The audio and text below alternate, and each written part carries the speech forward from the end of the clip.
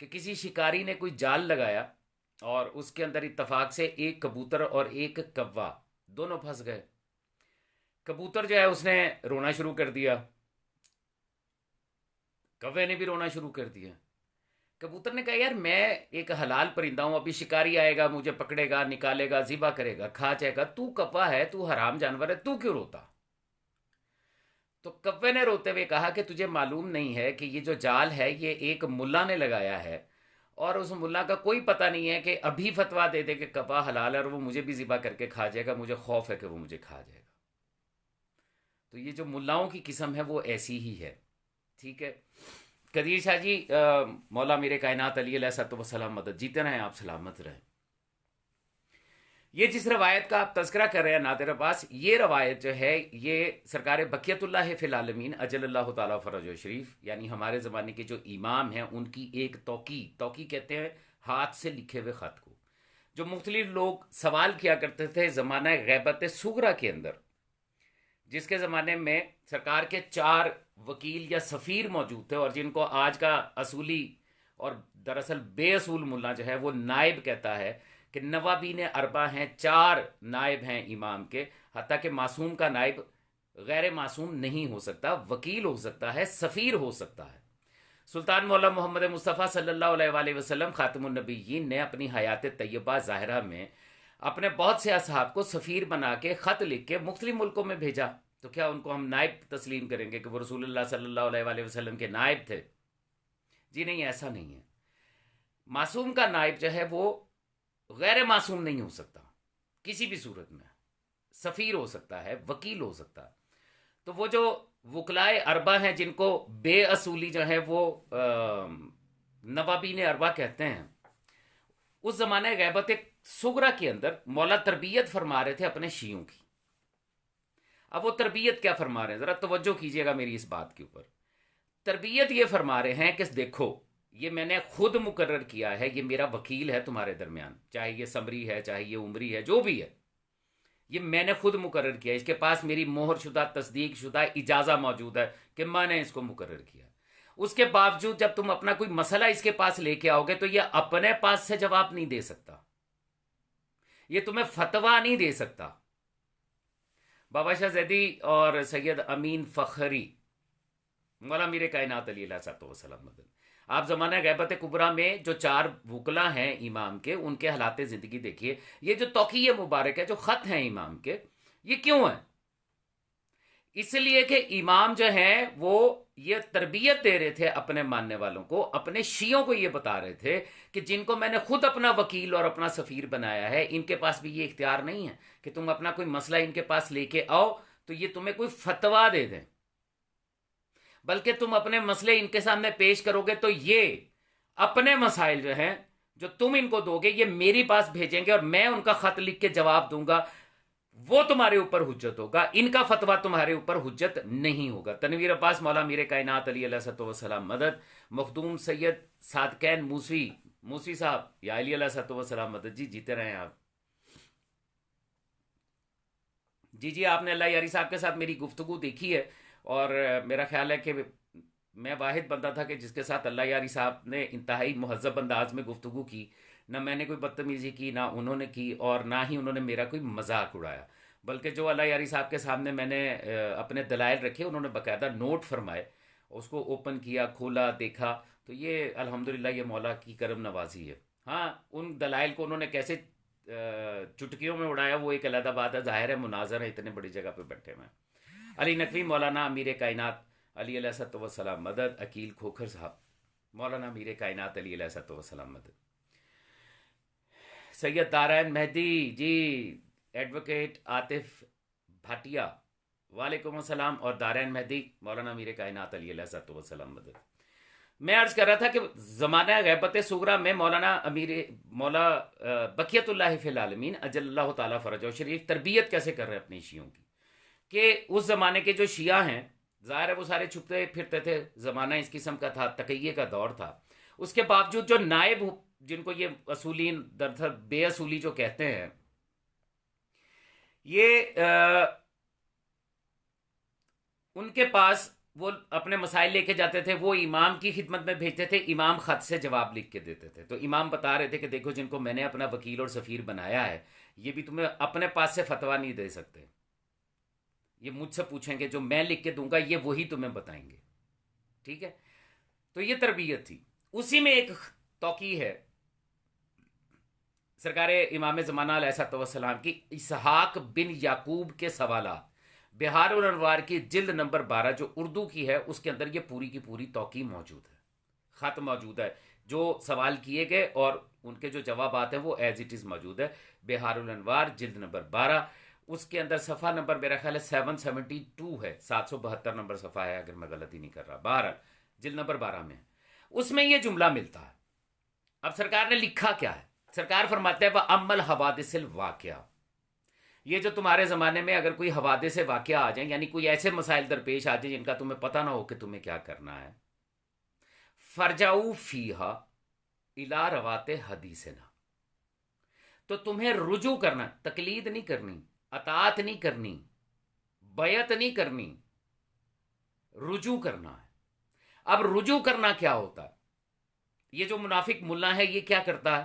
یہ کہتا، آپ کو مثال دیتا، دیکھیں جی آپ نے ڈاکٹر سے رجوع کیا تو آپ اس کے تقلید میں ہیں.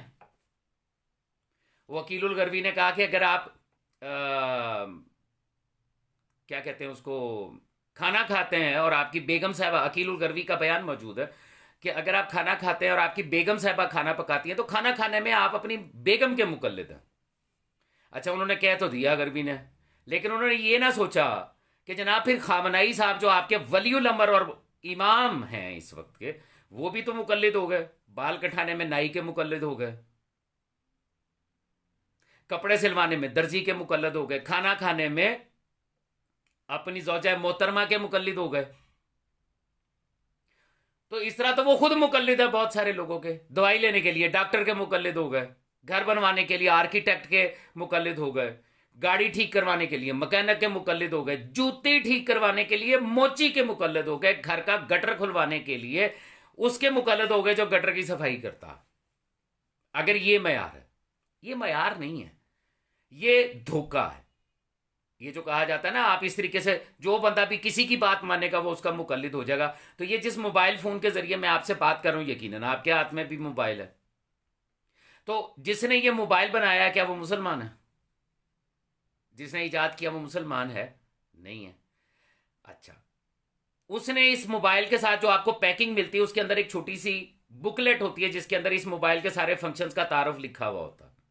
تو کیا اسے ہم اس موبائل کی توضیح المسائل کہہ سکتے ہیں نا، کہ جی ہم نے اس موبائل کے کسی فنکشن کو اگر سمجھنا ہے تو ہم اس بکلیٹ کو پڑھیں گے، ہمیں سمجھ میں آ جائے گا کہ اس موبائل کو یوز کیسے کرنا. تو جب آپ یہ موبائل یوز کریں گے اس بکلیٹ کو پڑھ کے، تو کیا آپ اس کافر کے، اس غیر مسلم کے، نان مسلم کے مقلد ہو جائیں گے؟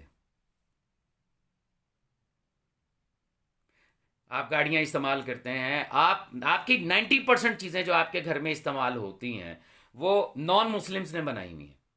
اور اس کے چاہے وہ مائکرو ویو اوون ہے، چاہے وہ فریج ہے، چاہے وہ فریزر ہے، جو کچھ بھی ہے، یہ سب کا سب زیادہ تر جو ہے نان مسلمز کی طرف سے ہے. تو کیا آپ ان کے مقلد ہو جائیں گے؟ نہیں، قطعاً مقلد نہیں ہوں گے. رجوع کرنا آپ کو مقلد نہیں بناتا ہے.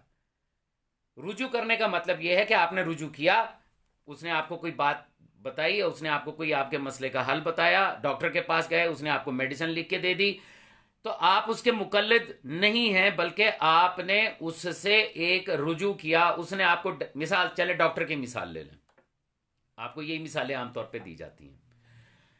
ڈاکٹر کے پاس گئے، اس نے آپ کا چیک اپ کیا، کچھ ٹیسٹ کروائے، ٹیسٹ کروانے کے بعد کہا کہ جی خدا نہ خواستہ آپ کے دل کی فلاں وین جو ہے وہ بند ہے اور ہارٹ بائی پاس کرنا پڑے گا، آپریشن کرنا پڑے گا. آپ نے کہا اچھا جی. آپ باہر نکلے، اس ڈاکٹر کے پاس ہے، آپ نے سوچا یار ایک سیکنڈ اوپینین لے لیتے ہیں. یہ اسسٹنٹ پروفیسر تھا، کسی پروفیسر سے رجوع کر لیتے ہیں. آپ اس کے پاس چلے گئے، اس ڈاکٹر نے دیکھا اور اس نے کہا کہ ہاں ہلکی پھلکی بلاکیج ہے، لیکن آپ کو ہارٹ بائی پاس کروانے کی ضرورت نہیں ہے، خالی سٹنٹ ڈل جائے گا تو کافی ہے. پہلے نے کہا تھا ہارٹ بائی پاس، دوسرے نے کہا کہ آپ سٹنٹ ڈلوا لیں، اینجیوگرافی، اینجیو پلاسٹی کروائیں، کافی ہے. آپ وہاں سے باہر نکلے، آپ نے پھر سوچا کہ یہ جو پروفیسر تھا یہ پروفیسر آف میڈیسن تھا، تو وہ جو پروفیسر ہے جو آپریشن کرتا ہے، جو سرجن ہے جو سرجری کرتا ہے، اس سے اور ہارٹ کا جو اسپیشلسٹ ہے اس سے جا کے رابطہ کرتا ہے. آپ نے اس سے رابطہ کیا، اس نے کہا ہاں ہلکی پھلکی بلاکیج ہے، آپ یہ چیز کی احتیاط کریں اور یہ میڈیسن یوز کریں، ان چیزوں سے آپ نے بچنا ہے، یہ آپ نے کھانی ہے، یہ میڈیسن کھانی ہے، اور اسی کے ساتھ آپ کی یہ پرابلم دور ہو جائے گی. آپ کو نہ اینجیو پلاسٹی کرانے کی ضرورت ہے نہ ہارٹ بائی پاس کرانے کی ضرورت ہے. آپ نے کہا بالکل ٹھیک ہے، یہ بات زیادہ بہتر ہے، کون اینجیو پلاسٹی کرائے اور کون ہارٹ بائی پاس کروائے. آپ نے اس کی بات مان لی. تو رجوع آپ نے پہلے ڈاکٹر سے کیا، پھر آپ کی تسلی نہیں ہوئی آپ نے دوسرے ڈاکٹر سے کیا، پھر آپ کی تسلی نہیں ہوئی آپ نے تیسرے ڈاکٹر سے کیا. نا یو ہیو 3 آپشنس، آپ کے پاس 3 آپشنز موجود ہیں. آپ پہلے کی بات مانتے ہوئے ہارٹ بائی پاس کروا لیں، دوسرے کی مانتے ہوئے جو ہے وہ سٹنٹ وغیرہ جو ہے وہ ڈلوا لیں، اور تیسرے کی بات مانتے ہوئے میڈیسن کے ذریعے اپنا علاج کر لیں. یہ ہے رجوع. لیکن جب آپ تقلید میں جاتے ہیں تو آپ کے پاس یہ آپشن ختم ہو جاتے ہیں. پھر آپ نے جس ڈاکٹر کی تقلید کی ہے وہ اگر کہتا ہے کہ آپ کو ہارٹ بائی پاس کروانا ہے تو پھر آپ کو ہارٹ بائی پاس کروانا ہے، کیونکہ آپ اس کے مقلد ہیں. جتنے بھی مقلد ہیں آج، جتنے بھی تقلید کر کے بیٹھے ہوئے ہیں، ان سے پوچھے، کسی سے پوچھے جی آپ کس کے مقلد ہیں، وہ جی سیستانی کا. آپ کس کے ہیں، جی بشیر نجفی کا. آپ کس کے ہیں، جی رہبر معظم کا، خامنہئی کا. تو کیا جو بشیر نجفی کا مقلد ہے وہ سیستانی کے مقلد کے فتوے پہ عمل کرتا؟ کیا سیستانی کا جو مقلد ہے وہ بشیر نجفی کے فتوے پہ عمل کرتا؟ نہیں نہ کرتا. اب اس بات کو سمجھیے، جو میں یہ ساری مثالیں دینے کے بعد اب آپ کو کنکلوژن پہ لے کے آ رہا ہوں کہ دراصل رجوع کیا ہے. آپ کے سامنے جو مثالیں پیش کی جاتی ہیں اسے کہتے ہیں تقلید عمومی یا تقلید مطلق. آپ اپنے والدین کی بات مانتے ہیں، اس کے اوپر عمل کرتے ہیں، یہ تقلید مطلق ہے، عمومی تقلید ہے. آپ اپنے ٹیچر کی بات مانتے ہیں، ڈاکٹر کی، انجینئر کی، آرکیٹیکٹ کی، کسی کی بھی بات مان کے کوئی کام کرتے ہیں، یہاں تک کہ اپنے دوست سے مشورہ لیتے ہیں اور وہ آپ کو کوئی اچھا مشورہ دیتا ہے، آپ اس کے اوپر عمل کرتے ہیں. تو یہ جو ہے یہ تقلید عمومی ہے، یہ آپ کو مقلد نہیں بناتا. اور یہ تمام جتنے بھی معاملات ہیں، ڈاکٹر کے پاس جانا ہے یا آرکیٹیکٹ سے گھر کا جو نقشہ بنوانا ہے، درزی سے کپڑے سلوانے ہیں، بیوی سے روٹی پکوا کے کھانی ہے، جو کچھ بھی ہے، ان میں سے کسی کے بارے میں آپ سے قبر اور حشر میں سوال نہیں ہوگا کہ تم نے فلاں ڈاکٹر کے پاس جا کے علاج کیوں کروایا، تم نے فلاں آرکیٹیکٹ جو ہے اس سے تم نے اپنے گھر کا نقشہ کیوں بنوایا، تم نے فلاں درزی سے اپنے کپڑے کیوں سلوائے، نہیں ہوگا. لیکن جب بات دین کی آئے گی تو پوچھا جائے گا کہ تم نے کس کے کہنے پر عمل کر کے زندگی گزاری. اور اس کو، یہ جو تقلید آپ سے کروائی جاتی ہے اسے کہتے ہیں تقلید شخصی. تقلید مطلق جو آپ کسی سے بھی کوئی مشورہ لیتے ہیں، رجوع کرتے ہیں، مشورہ لیتے ہیں، دل کیا تو عمل کر لیا، نہیں دل کیا نہیں کیا.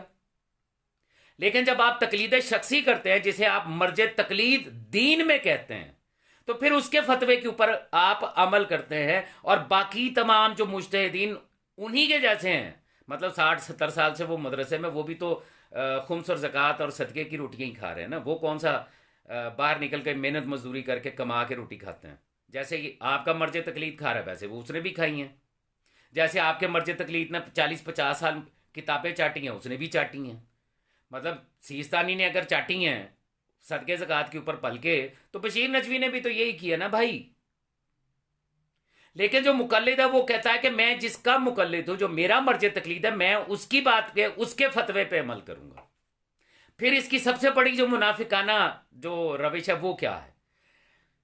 آپ چلے گئے کسی صاحب کے پاس جو وکیل ہیں کسی مرج تقلید کے، چلیں آپ کے مرج تقلید کا وکیل ہی ہے، آپ نے اس سے جا کے پوچھا یہ جی یہ جو مسئلہ ہے اس میں سیستانی صاحب کا کہنا ہے کہ یہ کام یا یہ چیز حرام ہے، اور بشیر نجوی صاحب جو ہیں یا رہبر معظم صاحب جو ہیں انہوں نے اس کو حلال قرار دیا، تو اب بتائیں ہم کیا کریں؟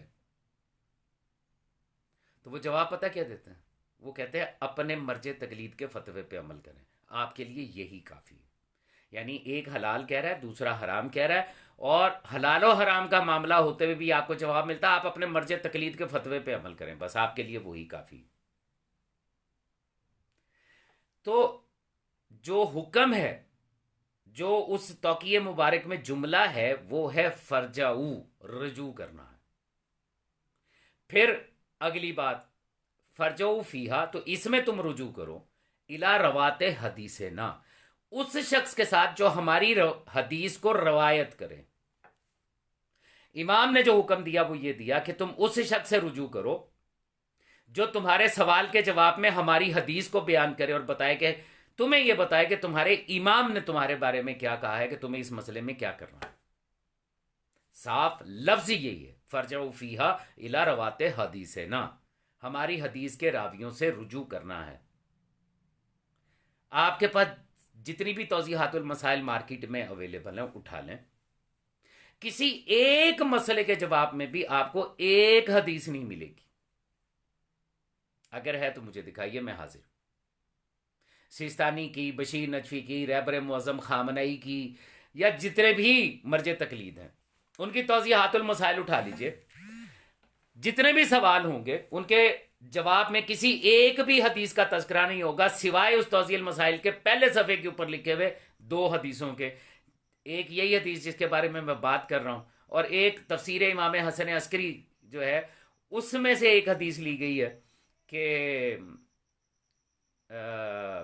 من کانا من الفقہا سائنا للنفس، وہ بڑی مشہور حدیث ہے۔ بس یہ دو حدیث ہے پوری توضیحات المسائل میں، اور کوئی حدیث نہیں۔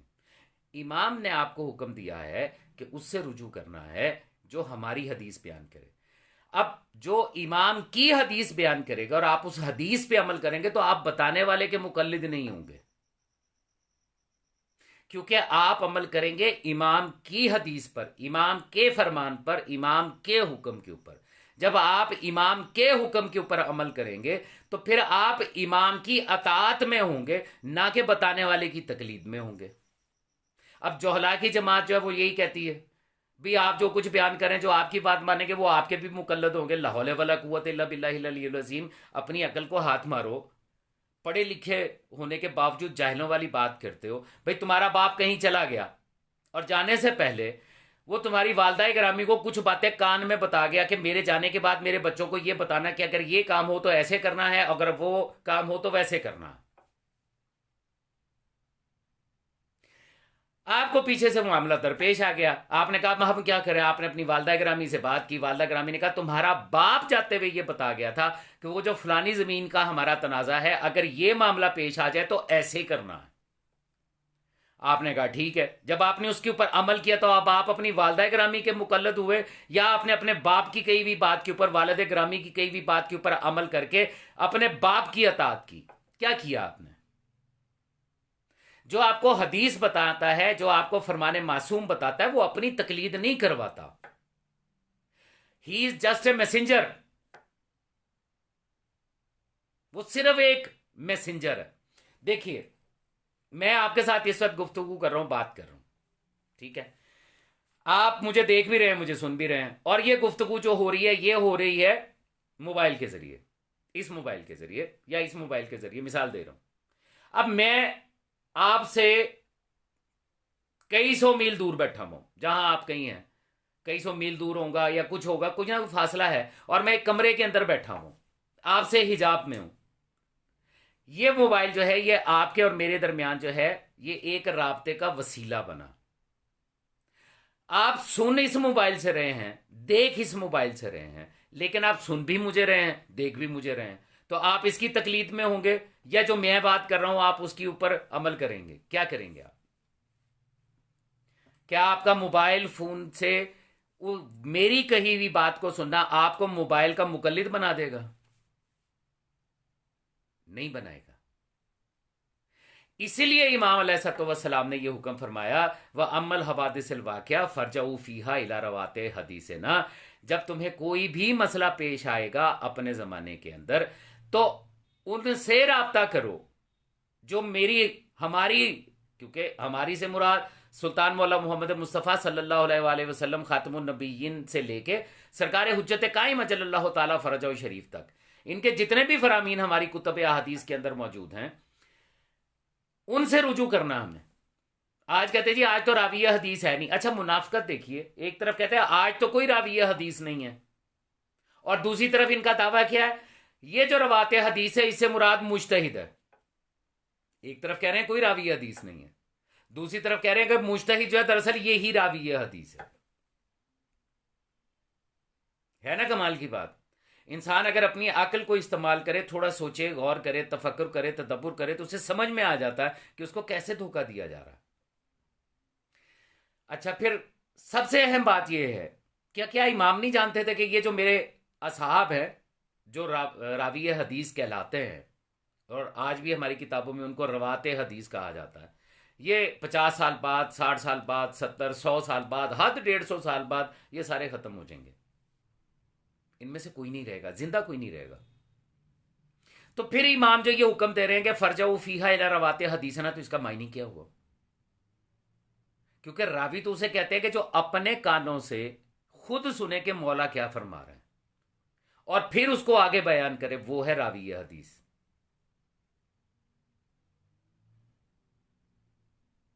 ٹھیک ہے، جو اپنے کانوں سے سنے کہ مولا نے کیا فرمایا، اور پھر جتنا سنے اتنا ہی منو ان آگے بیان کرے، وہ ہے راوی حدیث. امام فرما رہے ہیں کہ فرجعوا فیہا الی روات حدیثنا، تو راوی تو ختم ہو گئے، وہ تو دنیا سے پردہ کرے گئے، چلے گئے. بڑے بڑے، بہت بڑے بڑے نام ہیں، ابو بصیر ہے، حشام ہے، یہ سب چلے گئے. تو پھر کیوں کہا کہ ہمارے حدیث کے راویوں سے رجوع کرو؟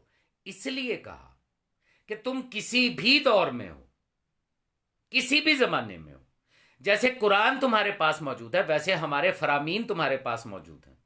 تو تم اس شخص تک پہنچو جو تمہارے کسی بھی مسئلے کے جواب میں ہماری حدیث کو روایت کر کے بتائے کہ دیکھو اس مسئلے میں مولا نے یہ کہا ہے، تمہیں یہ کرنا ہے. اچھا، ایک اور لطیفہ سن لیجئے.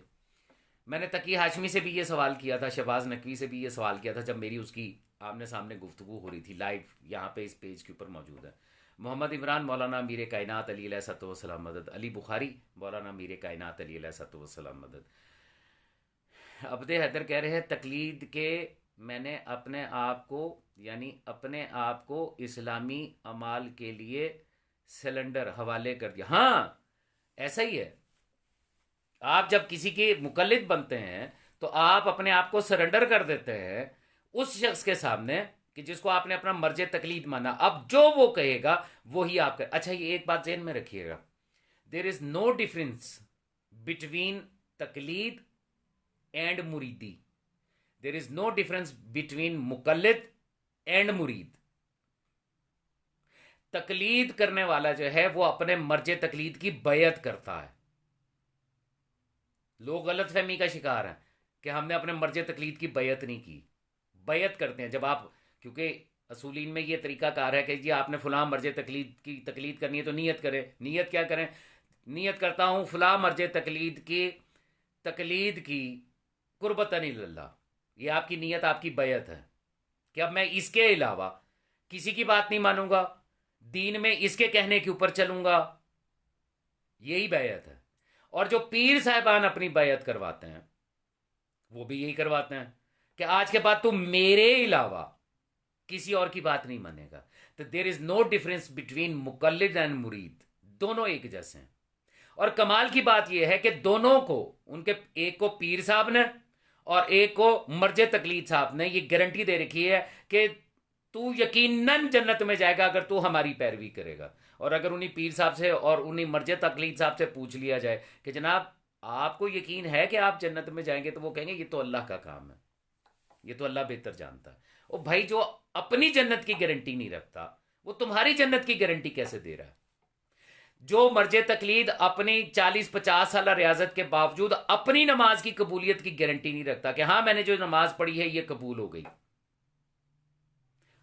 وہ آپ کو یہ گارنٹی کیسے دے رہا ہے کہ میرے بتائے ہوئے فتوے کے مطابق نماز پڑھو تو تمہاری نماز جو ہے وہ قبول ہو جائے گی اور تمہیں جنت مل جائے گی؟ کیسے؟ علی جی زین مولانا میر کائنات علی علیہ الصلوۃ والسلام مدد، محمد عمران مولانا میر کائنات علی علیہ الصلوۃ والسلام مدد، سلامت رہیں، جیتے رہیں، محفوظ رہیں، مولا کی امان میں رہیں. سوچنے والی بات ہے نا بھائی. میں آپ کو گارنٹی دیتا ہوں، مثال دے رہا ہوں، میں آپ کو گارنٹی دیتا ہوں کہ آپ میرے ساتھ چلو، میں آپ کو یہاں سے اسلام آباد لے کے جاؤں گا اور بحفاظت لے کے جاؤں گا. آپ میں سے کوئی مجھ سے پوچھتا ہے آپ کو اسلام آباد میں انٹری کا، داخلے کا پرمٹ ہے آپ کے پاس کہ آپ وہاں جا کے سکیں اور ہمیں لے کے جا سکیں، بلکہ خود بھی وہاں جا سکیں؟ تو میں کہوں میں وہاں جا کے کوشش کروں گا، میں کوشش کر رہا ہوں، اگر اللہ کی مرضی ہے اگر ہوا تو میں آپ کو لے جاؤں گا اسلام آباد۔ اور بھائی جب مجھے خود اپنا یقین نہیں ہے تو میں آپ کو یقین کیسے دلاؤں؟ یقین کیسے حاصل ہوگا؟ یقین صرف ایک طریقے سے حاصل ہوگا، اور وہ حاصل ہوگا کہ جب آپ فرمان معصوم پہ عمل کریں گے،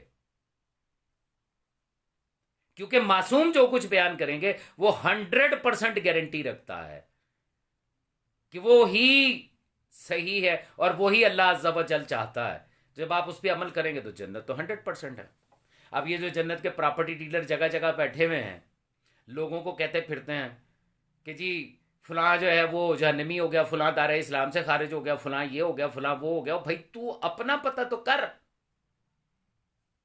تو خود کہاں پہ ہے؟ اور ایک تو مجھے یہ دائرہ اسلام کی سمجھ نہیں آتی، 1 منٹ میں بندہ دائرے سے باہر ہو جاتا اور 1 منٹ میں اندر ہو جاتا۔ جی علی جی زین، آپ سوال کر سکتے ہیں، کوئی مسئلہ نہیں ہے۔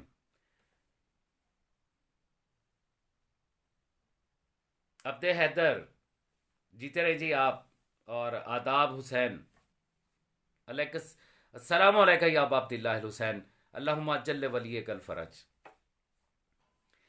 تو یہ جو آپ نے سوال پوچھا ہے، آپ ہر اس دیکھیں میں آپ سے یہ نہیں منع کر رہا، آپ کو قطعاً منع نہیں کر رہا کہ آپ کسی صاحب علم کے پاس نہ جائیں۔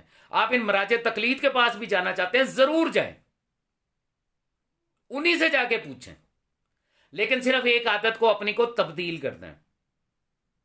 علی جی زین آپ ابھی آئے ہو، میں اسی کے اوپر ابھی تک کی جتنی بھی میری گفتگو ہے اسی چیز کے اوپر جو ہے وہ میں بات کر رہا تھا کہ رجوع اور تقلید میں فرق کیا ہے۔ تو آپ کو زحمت ہوگی، آپ اس کو شروع سے دیکھیں گے، آپ کو آپ کے سوال کا جواب جو ہے وہ مل جائے گا۔ جس سے بھی سوال کرتے ہیں اس سے یہ مت پوچھیں کہ اس بارے میں آپ کیا فرماتے ہیں، بلکہ اس سے یہ پوچھیں کہ جناب یہ جو میرا مسئلہ ہے اس معاملے میں یہ بتائیے، آپ صاحب علم ہیں، آپ نے علم حاصل کر رکھا ہے، یہ بتائیے کہ اس معاملے میں مولا کیا فرماتے ہیں۔ محمد عمران وعلیکم السلام۔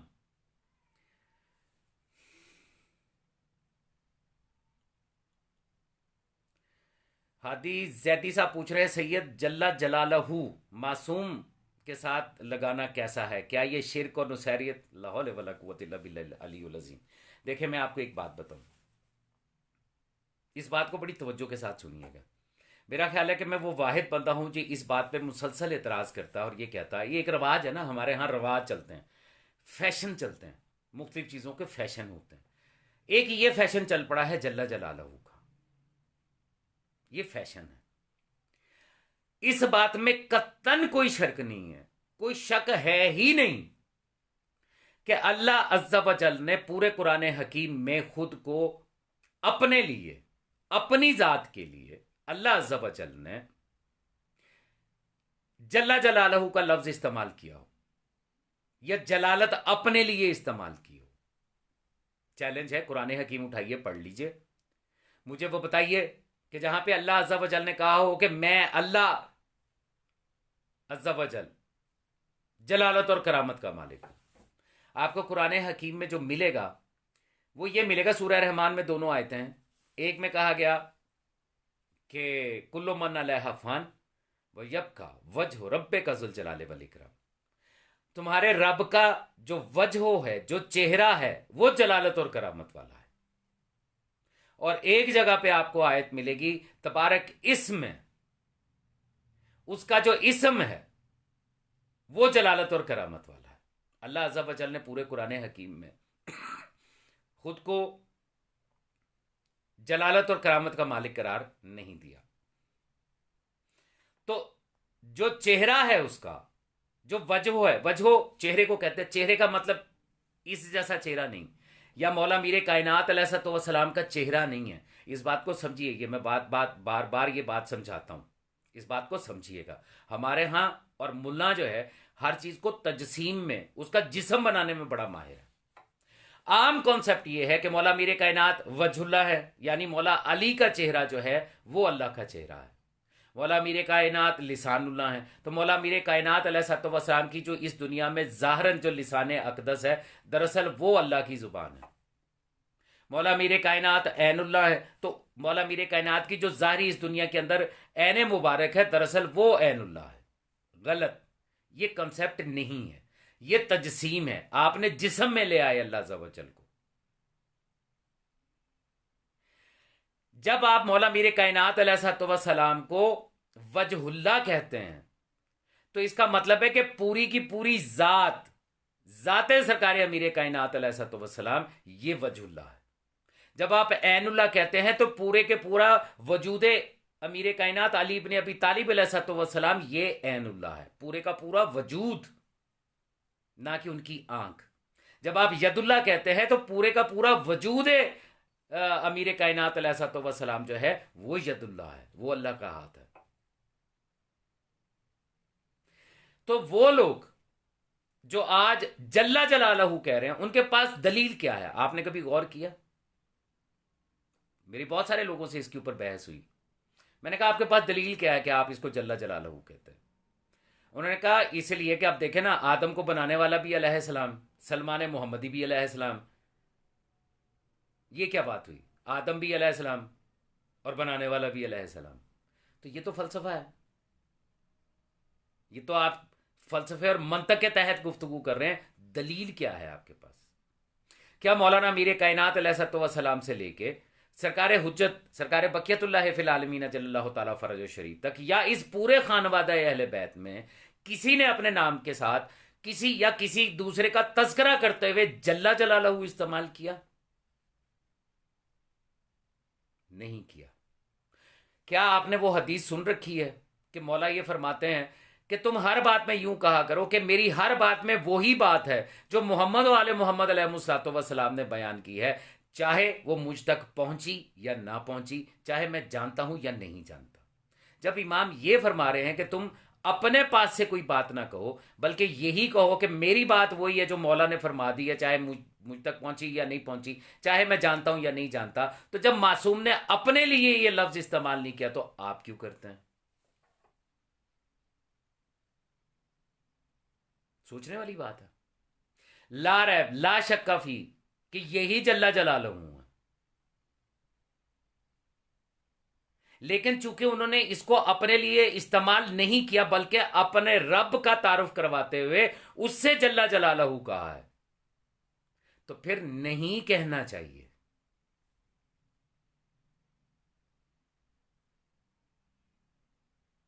نہیں کہنا چاہیے کیونکہ معصوم نے خود کو یہ نہیں کہا۔ عبد المجید وعلیکم السلام، مولا امیر کائنات علی علیہ الصلوۃ والسلام مدن۔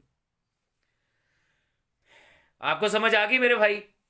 جل جلالہ اس کی جلالت اور کرامت کے مظہر یہی ہیں، یہی وہ چہرہ ہیں جو جلالت اور کرامت والے ہیں، یہی وہ ہیں کہ جو اس کا وہ اسم ہے جو جلالت اور کرامت والا ہے۔ لیکن انہوں نے دیکھیں اس میں اللہ الفاظ کا مجموعہ ہے، ٹھیک ہے، اور اس کی تفسیر بھی معصوم نے کی کہ الف سے مراد جو ہے وہ اعلیٰ ہے، یعنی وہ نعمتیں ہیں جو تمہیں دی گئی ہیں، لام سے مراد لزوم ولایت ہے کہ ہماری ولایت تم پر واجب قرار دی گئی ہے، اور اس میں اللہ کے اندر جو ہے وہ جہنم کا گڑھا ہے کہ جو ہماری ولایت کا منکر ہے وہ اس کے لیے۔ اس میں اللہ کی تفسیر معصوم نے کر دی۔ یہ کتاب توحید میرے پیچھے پڑی ہوئی ہے شیخ صدوق کی، اس کے اندر یہ پوری تفسیر موجود ہے۔ لیکن اس کے باوجود چونکہ معصوم نے تعارف کروایا ہے کہ ان کا جو رب ہے وہ اللہ عز و جل ہے، انہوں نے اس کو جو اسم دیا ہے، جو نام دیا ہے پہچان کے لیے، وہ اس میں اللہ عز و جل ہے۔ اور مولا امیر کائنات نے یہ فرمایا بھی کہ تمہیں اس میں اللہ اس لیے بتایا گیا تاکہ تم اس کی معرفت حاصل کر سکو، ورنہ اس پر کسی اسم کا اطلاق نہیں ہوتا۔ تو جب معصوم نے یہ کہا ہے کہ وہ اللہ ہے تو اس کو اس کا اسم ذات قرار دیا گیا، اور معصوم نے دیا، تو اب اس کے علاوہ آپ کسی کو اللہ نہیں کہہ سکتے۔ ولی اللہ کہہ سکتے ہیں، حجت اللہ کہہ سکتے ہیں، نبی اللہ کہہ سکتے ہیں، رسول اللہ صلی اللہ علیہ وآلہ وسلم کہہ سکتے ہیں، اللہ نہیں کہہ سکتے، کیونکہ انہوں نے بتایا کہ ہمارا جو رب ہے اس کا اسم ایک آپ کو تھوڑا سا کروں، میری اس بات کو سمجھنے کی کوشش کیجیے گا. قرآن حکیم میں اگر آپ کبھی غور فرمائیں تو قرآن حکیم میں جہاں بھی اس میں اللہ عز و جل، جہاں بھی اس میں اللہ عز و جل آیا ہے، وہاں پہ اس کے ساتھ لفظ ہو ضرور آیا، کبھی پہلے اور کبھی بعد میں. مثال دے دیتا ہوں، قرآن حکیم میں آپ چلیے سورہ حشر ہی پڑھ لیجیے. ہو اللہ الذی لا الہ الا ہو المالک القدوس السلام المومن المہیمن العزیز الجبار المتکبر سبحان اللہ ہے اما یشرکون. یہ جو ہوا ہے، ہوا ہو اللہ زی، یہ جو ہوا ہے اس کا جو ترجمہ ہے، اس کا ترجمہ ہے وہ. ایسا ہی ہے. اب آپ سورہ اخلاص کی تلاوت کریں، آپ جب شروع کریں گے تو آپ کہیں گے اللہ نے اپنے حبیب سے کہا کل اے حبیب ان سارے یہ جو تمہارے سامنے صحابہ بیٹھے نا ان سے یہ کہو، کل ان سے کہو ہو اللہ احد، وہ جو اللہ ہے احد ہے. اچھا یہ لفظ ہوا اور لفظ وہ کیوں استعمال کیا؟ اس لیے استعمال کیا کہ وہ جو ہے اس کا ادراک کوئی نہیں کر سکتا، اسے کوئی دیکھ ہی نہیں سکتا، اس تک پہنچ ہی کوئی نہیں سکتا، اس لیے لفظ ہوا کا استعمال کیا. تو اس کا اصل جو ترجمہ ہوگا، جہاں پہ بھی لفظ ہوا آئے گا اس کا جو ترجمہ ہوگا وہ کیا ہوگا؟ اس کا ایک ہی ترجمہ ہوگا، کل اے حبیب ان سے یہ کہو اپنے صاحب. یاد رکھیے گا میں اپنے ہر سیشن میں یہ بات کرتا ہوں، قرآن حکیم میں جتنی بھی آیات نازل ہوئی ہیں، جتنی بھی آیات نازل ہوئی ہیں، چاہے اس میں مومنین کی مدح کی گئی ہو یا مومنین کو ڈانٹ پلائی گئی ہو، کیونکہ مسلمین سے تو قرآن مخاطب ہی نہیں ہے نا، پورے قرآن میں مسلمون کہہ کے مخاطب کیا ہی نہیں گیا. یا ایھا الذین آمنو، اے ایمان والو کہہ کے مخاطب کیا ہے. ٹھیک ہے، تو قرآن حکیم میں جتنی بھی آیات نازل ہوئی ہیں اس میں جو پہلا تخاطب ہے، جن کو مخاطب کیا گیا ہے، وہ صحابہ کرام ہیں. ہم تک اس آیت کا اطلاق تو اب ہوگا نا، ہم تک تو اب ہوگا کیونکہ ہم تو آج کے دور میں ہیں. لیکن پہلا اطلاق صحابہ کرام پہ ہوا. اب جب صحابہ کرام کے اوپر اطلاق ہوا تو پروردگار نے کہا اے میرے حبیب کل اپنے ان صحابہ سے کہیے. کیا کہنا ہے؟ ہو اللہ احد، وہ ہمارا رب. یعنی سلطان مولا کیا کہیں گے؟ اے میرے صحابہ وہ جو ہمارا رب ہے، جس کو تم ادراک نہیں کر سکتے، جس پہ کسی اسم کا اطلاق نہیں ہوتا، لیکن اس کا اسم تمہیں اللہ بتایا گیا ہے تاکہ تم معرفت حاصل کر سکو، وہ احد ہے. تو اصل ترجمہ کیا ہوا؟ اے حبیب ان سے یہ کہیے کہ وہ کہ جس کا نام، جس کا اسم تمہیں اللہ بتایا گیا ہے، وہ احد ہے. لفظ ہوا. اور یہی وجہ، اب اس نقطے کو سمجھیے گا، قرآن حکیم میں جہاں کے بھی اسم اللہ آئے گا وہاں پہ یا ہوا پہلے آئے گا یا ہو بعد میں آئے گا. اللہ ہو لا الہ الا ہو، یہ ہو اللہ وہ، ہو اللہ وہ اللہ جس کو تم نہیں جانتے، تم جان ہی نہیں سکتے. ٹھیک ہے، یہ بات سمجھ میں آ گئی. لفظ ہوا، اس کے اندر کچھ اسرار ہیں، اس کے اندر کچھ راز ہیں. ٹھیک ہے، تو اس میں اللہ انہی محمد وآل محمد علیہ الصلوۃ والسلام نے جو اول ظاہر ہوئے، اس سے پروردگار نے جن کو سب سے پہلے ظاہر کیا، جب اس کی نور کے سامنے ان کا نور آیا اور اس کی جلالت نظر آئی تو اس وقت پوچھا پروردگار عالم نے، ہم سے تو پوچھا گیا نا الستو بربکم، بتاؤ تمہارا رب کون ہے. کیا آپ نے کبھی غور کیا کہ عالم زر جو ہیں وہ کم از کم 3 ہیں؟ عالم زر کون سا عالم زر ہوتا ہے؟ عالم زر وہ ہوتا ہے، یا اسے کہا جاتا ہے کہ جب اس دنیا میں آنے سے پہلے اللہ نے کچھ وعدے لیے تھے، وہ عالم زر ہے، جس کے بارے میں سورہ بقرہ کے اندر آیت موجود ہے کہ پروردگار عالم نے آدم کی پشت میں سے اس کی پوری ذریت کو نکالا اور پوچھا الستُ بربکم، قالوا بلا، وہ عالم زر ہے۔ یعنی ابھی آدم کی اولاد دنیا میں نہیں آئی، آدم بھی دنیا میں نہیں آئے، کہیں اور معاملات چل رہے ہیں، وہاں عہد و پیمان ہو رہے ہیں، وہاں اقرار لیے جا رہے ہیں اور گواہیاں لی جا رہی ہیں۔ تو یہ عالم زر جو ہیں یہ کم از کم تین ہیں۔ پہلا عالم زر جو ہے وہ ہے کہ جب نور، بلکہ انوار محمد و آل محمد علیہ الصلوۃ والسلام تھے اور کائنات میں کچھ نہیں تھا، یا یہ تھے یا ان کا رب تھا، اور کائنات میں کچھ نہیں تھا۔ اس وقت پروردگار عالم نے ان سے پوچھا بتاؤ میں کون ہوں؟ ہم سے تو اقرار ہوا نا تمہارا رب کون ہے، ان سے پوچھا گیا بتاؤ میں کون ہوں۔ اگر کوئی کہے کہ جی یہ تو آپ اپنے پاس سے گھڑی گھڑائی بات کر رہے ہیں، نہیں بھائی، جو حدیث قدسی ہے، جو آپ سارے جانتے ہیں، اس کے جملہ کیا ہے؟ کنتو کنزن مخفیہ، میں چھپا ہوا خزانہ تھا، مجھے محبت ہوئی کہ میں پہچانا جاؤں، تو میں نے ایک خلق کو خلق کیا۔ اس کا مطلب ہے جو سب سے پہلے خلق ہوا، جو اول مخلوق ہے، اس کی تخلیق کا ایک ہی مقصد تھا، معافی چاہتا ہوں، اس کی تخلیق کا ایک ہی مقصد تھا کہ وہ جو چھپا ہوا خزانہ ہے اس کو پہچان لے۔ تو جب اس کا مقصد ہی یہی ہے تو پھر یہی بات ہوئی نا کہ جب یہ اس کے روبرو ہوئے اور اس نے پوچھا بتاؤ میں کون ہوں، تو انہوں نے کہا انت اللہ عز و جل، تو اللہ ہے عز و جل۔ اس پر تو کسی اسم کا اطلاق نہیں تھا، اس کا تو کوئی نام تھا ہی نہیں۔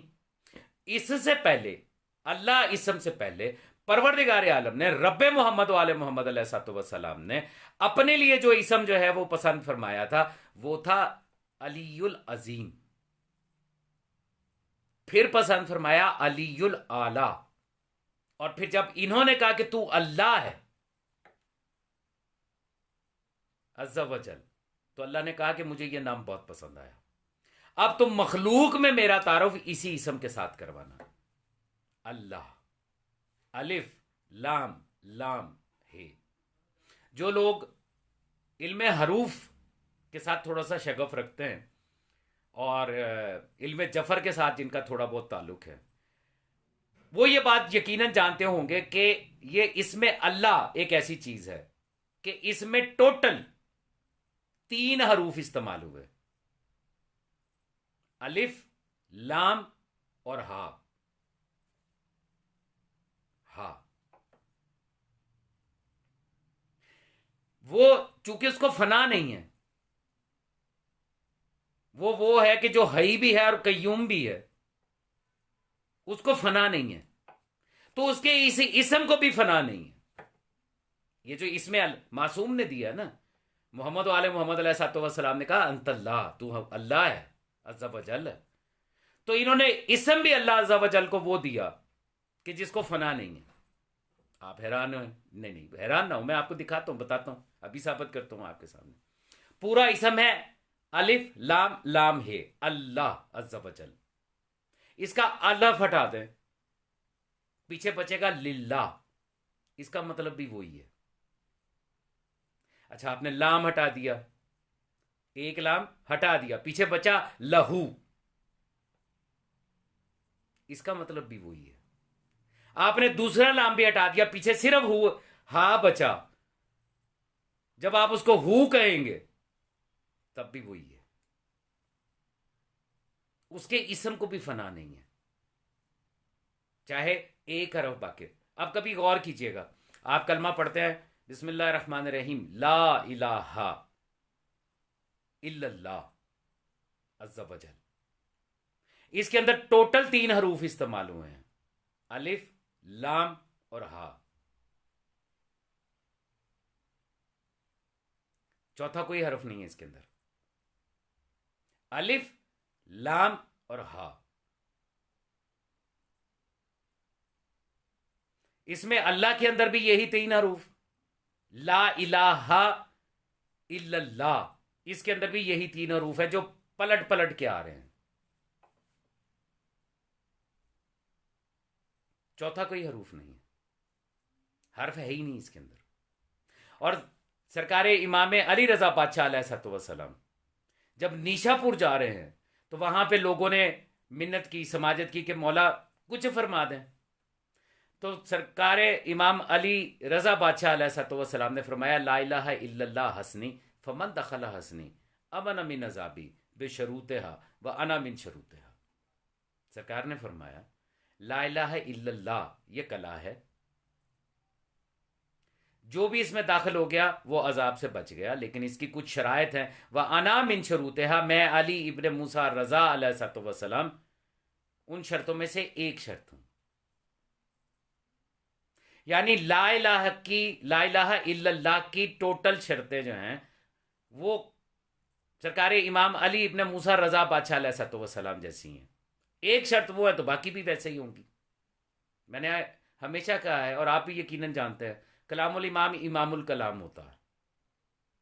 امام نے کہا لا الہ الا اللہ کی ایک شرط میں ہوں، تو اب باقی شرطوں کا پتہ کرنا چاہیے نا کتنی ہیں، گنیے گا ذرا۔ جب آپ لا الہ الا اللہ کے حرف گنیں گے، لام الف لا، الف لام الف الہ، الف لام ہا الہ، 5 ہو گئے، لا الہ، الف لام الف اللہ، الف لام لام اور ہے، 5 اور 5 10 اور 2 12۔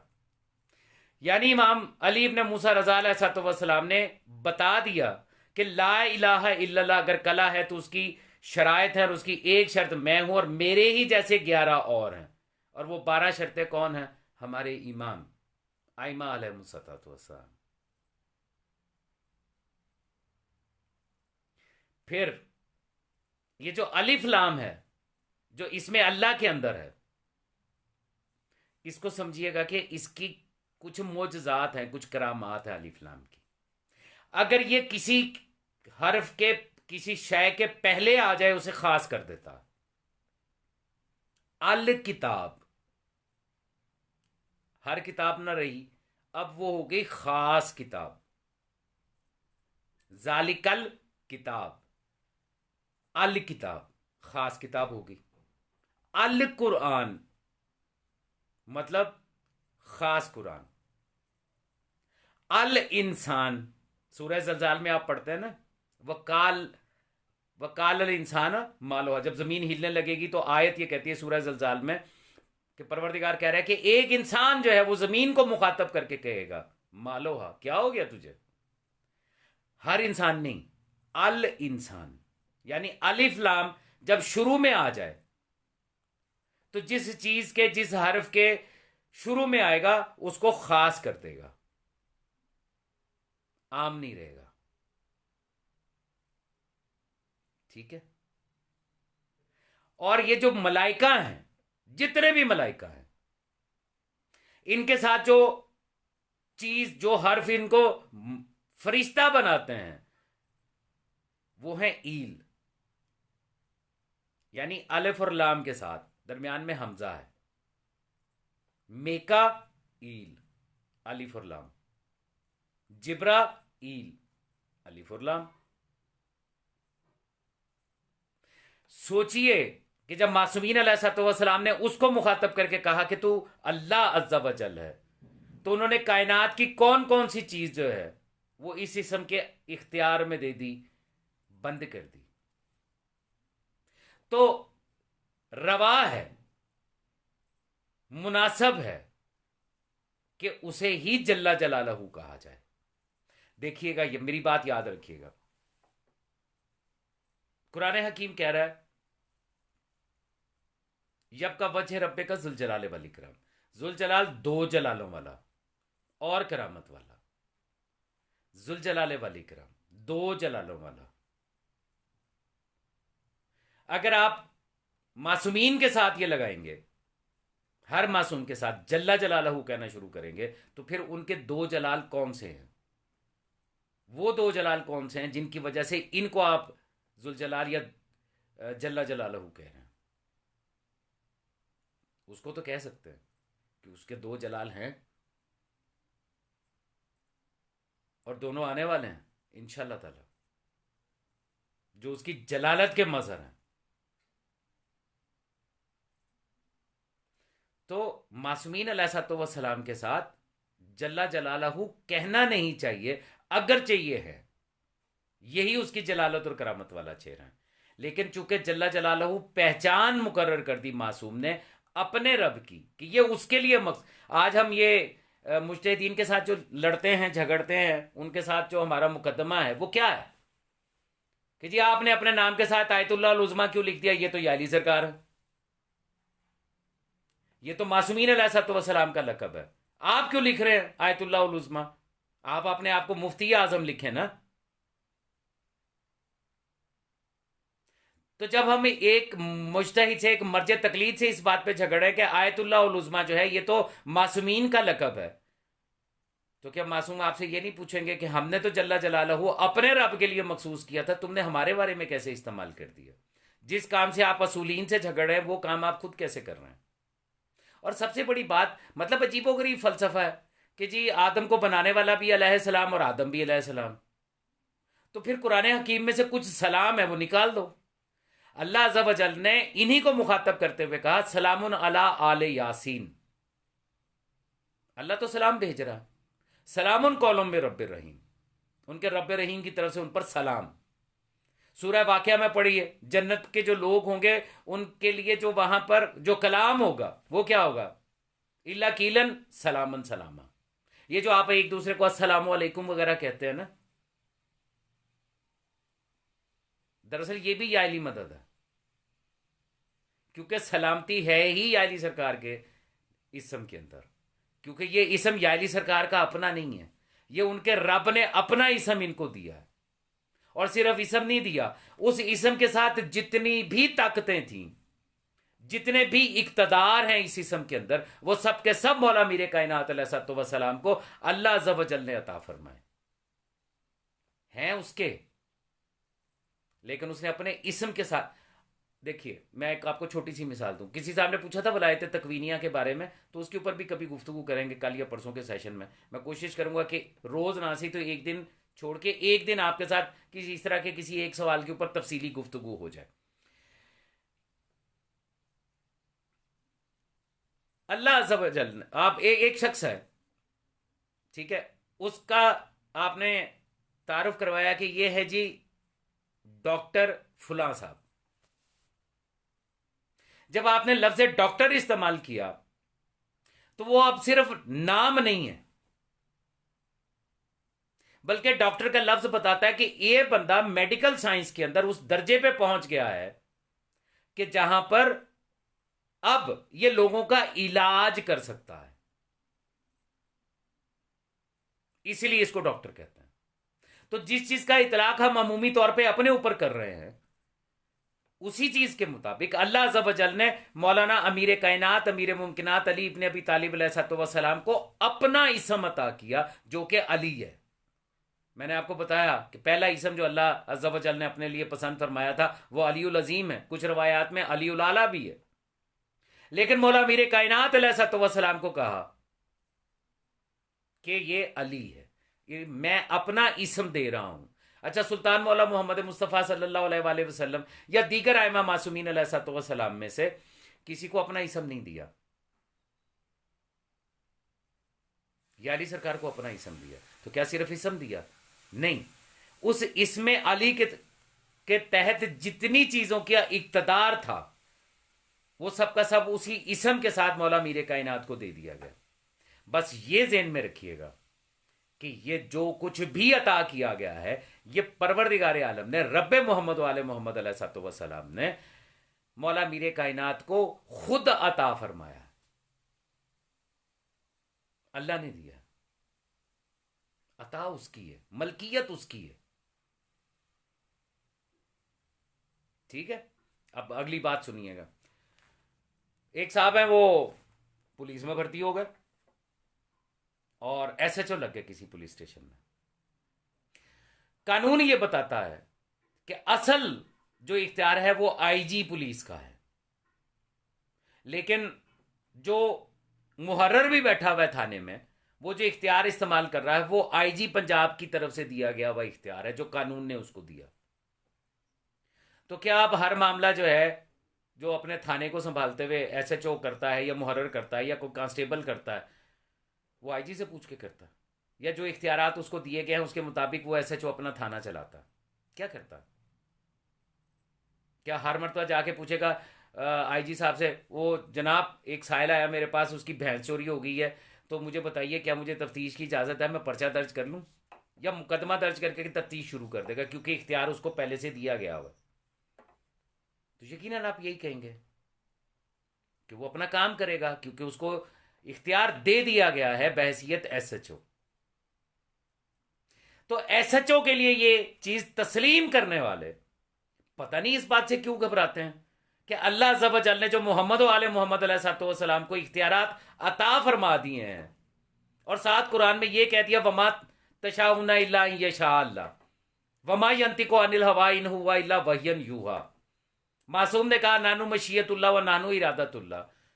تو پھر اگر مولا میر کائنات خطبۃ البیان میں بیٹھ کے یہ کہے کہ میں وہ ہوں کہ جس نے زمین بچھائی، میں وہ ہوں جس نے دریا جاری کیے، میں وہ ہوں جس نے سمندروں کا سلسلہ شروع کیا، میں وہ ہوں جس نے پہاڑ استادہ کیے، میں وہ ہوں جس نے زراعت پیدا کی اپنے رب کے حکم سے، تو پریشانی کیوں؟ پھر شرک کا دورہ کیوں پڑ جاتا؟ یہ میری سمجھ میں نہیں آتا، یہ میری سمجھ میں نہیں آتا. اسی کو ولایت تکوینیہ کہتے ہیں. کل کسی صاحب نے پوچھا تھا کہ ولایت تکوینیہ کیا ہے؟ اسی کو ولایت تکوینیہ کہتے ہیں.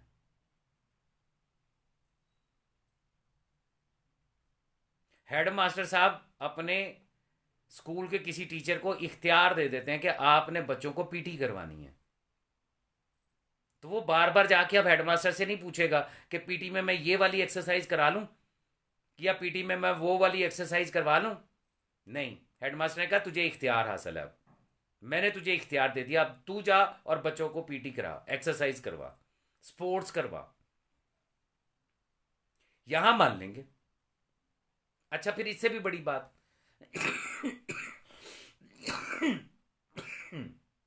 معافی چاہتا ہوں، اس سے بڑی بات قرآن حکیم میں پڑھ لیا پروردگار عالم اور شیطان کا مکالمہ ابلیس لعین کا. ابلیس لعین نے کچھ دعوے کیے، پروردگار سے کچھ اختیارات مانگے، پروردگار نے کہا ٹھیک ہے جا تجھے عطا کیا. اس نے کہا جی قیامت تک کا وقت دے دے، اللہ نے کہا نہیں، وقت معلوم تک کا وقت ہے، چلا جا. اب کسی بھی مسلمان کو، کسی بھی مکتبہ فکر کے مسلمان کو اٹھا لو، اس سے پوچھو شیطان کبھی دیکھا؟ اس نے کہا نہیں، وہ غیب میں ہے. اچھا شیطان بھٹکاتا؟ ہاں شیطان ہی تو بھٹکاتا. یار شیطان ایک ہے اور اتنے سارے لوگوں کو ایک وقت میں بھٹکا لیتا. ہاں ہاں بھٹکا لیتا ہے. قرآن کریم پڑھ کے دیکھو نا، قرآن بتا رہا ہے، قرآن کہہ رہا ہے کہ اللہ نے شیطان سے کہا تھا جا اپنے گھوڑے سوار اور پیادے لے کر اولاد آدم پہ چڑھ دوڑ، جو میرے مخلص ہوں گے تو ان کو بھٹکا نہیں سکے گا. وہ تو انسان کے خون میں شامل ہو جاتا، وہ تو دلوں میں وسوسے ڈال دیتا، یہاں تک کہ وہ تو اولاد میں شامل ہو جاتا ہے، مال میں شامل ہو جاتا. وہ بھائی کیسے ہو جاتا ہے؟ ایک جن تھا جس کا نام تھا عزازیل، ابلیس لعین بن گیا، شیطان بن گیا. اب وہ ایک شیطان یہ سارا کچھ کیسے کر لیتا ہے ہر جگہ پہ؟ اللہ نے اختیار دیا بھائی، اللہ نے اختیار دیا ہے، وہ کر سکتا ہے.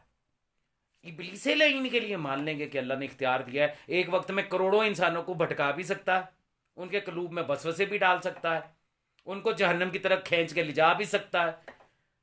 کیوں؟ کیونکہ وہ شیطان ہے.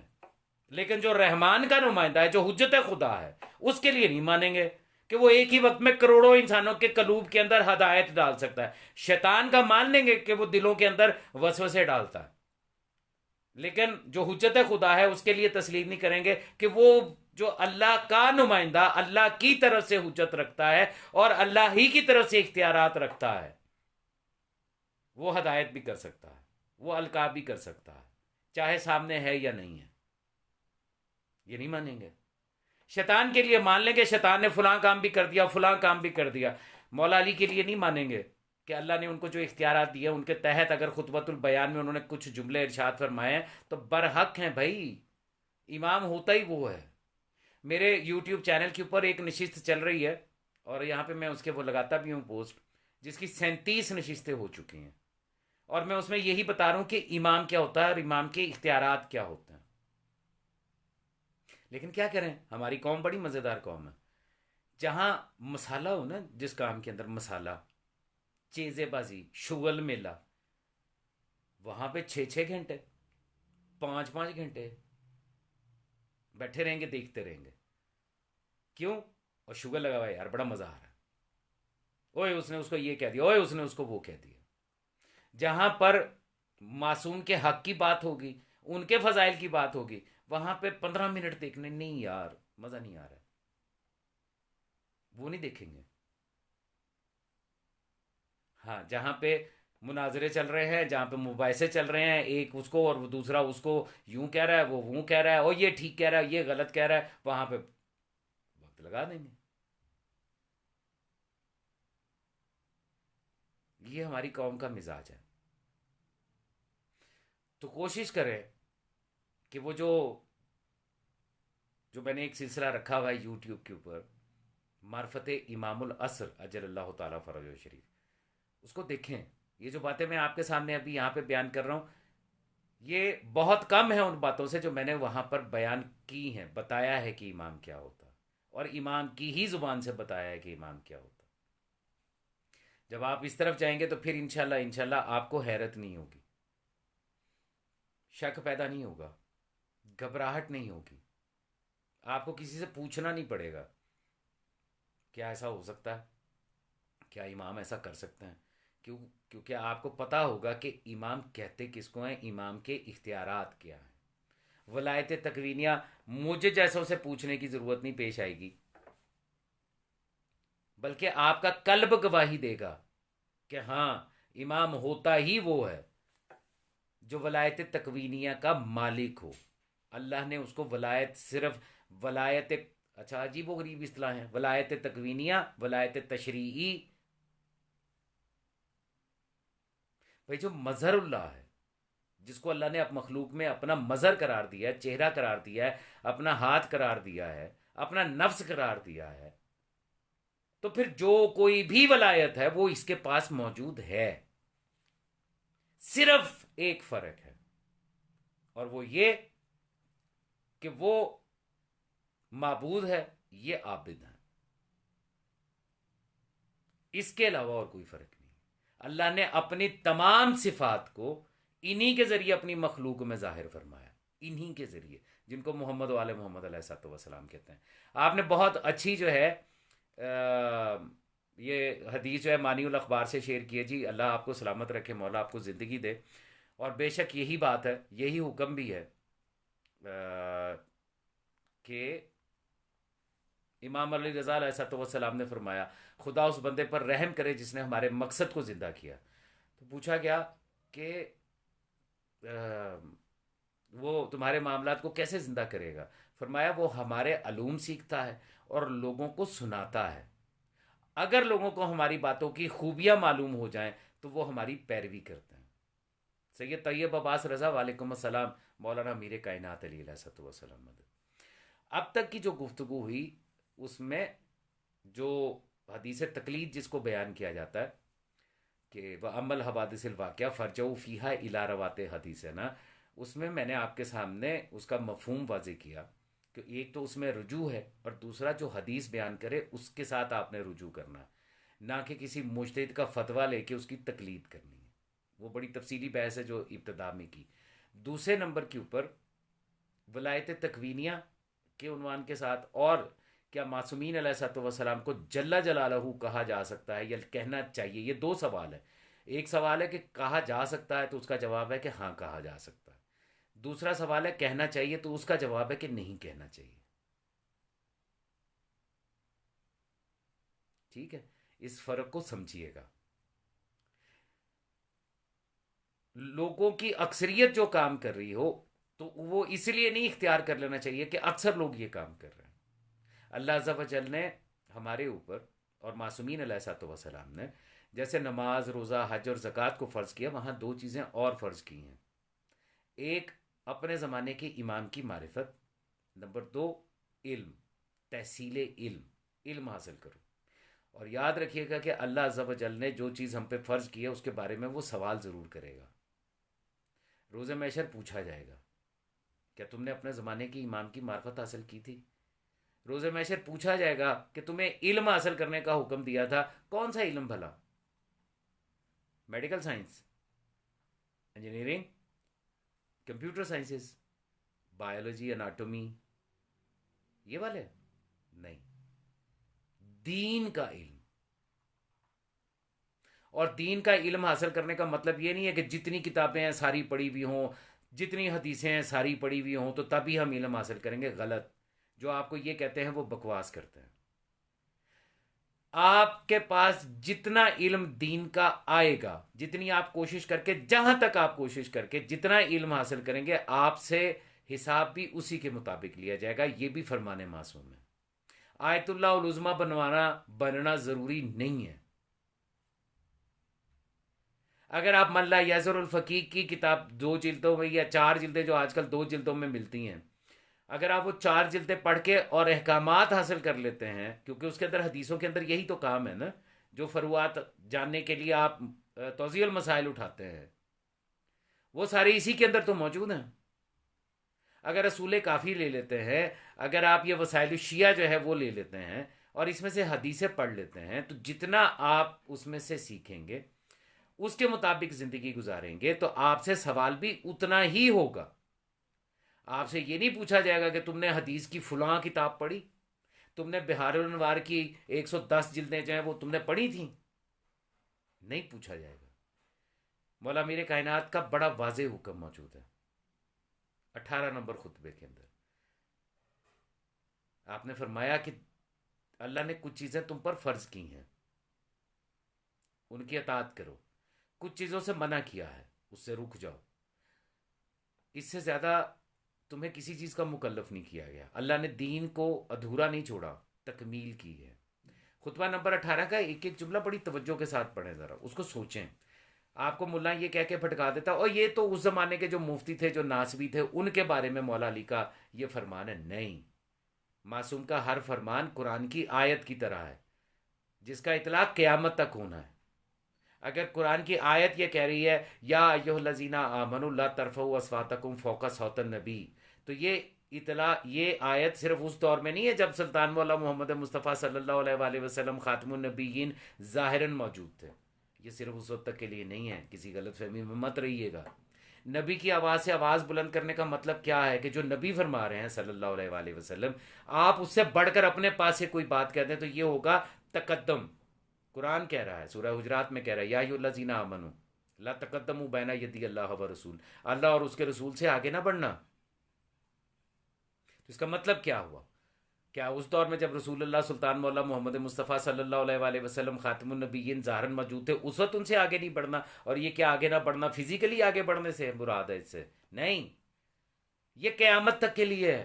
ظہور سرکار حجت قائم اجل اللہ تعالیٰ فرج شریف تک کے لیے حکم ہے کہ تم جس بھی دور میں ہو، یاد رکھنا جو اللہ چاہتا تھا وہ رسول اللہ صلی اللہ علیہ وآلہ وسلم نے فرمایا. تو جو رسول نے کہا ہے بس وہی کرنا، اس سے آگے نہ بڑھنا، اپنے قیاس سے کچھ نہ کرنا، اپنے اجتہاد سے کچھ نہ کرنا.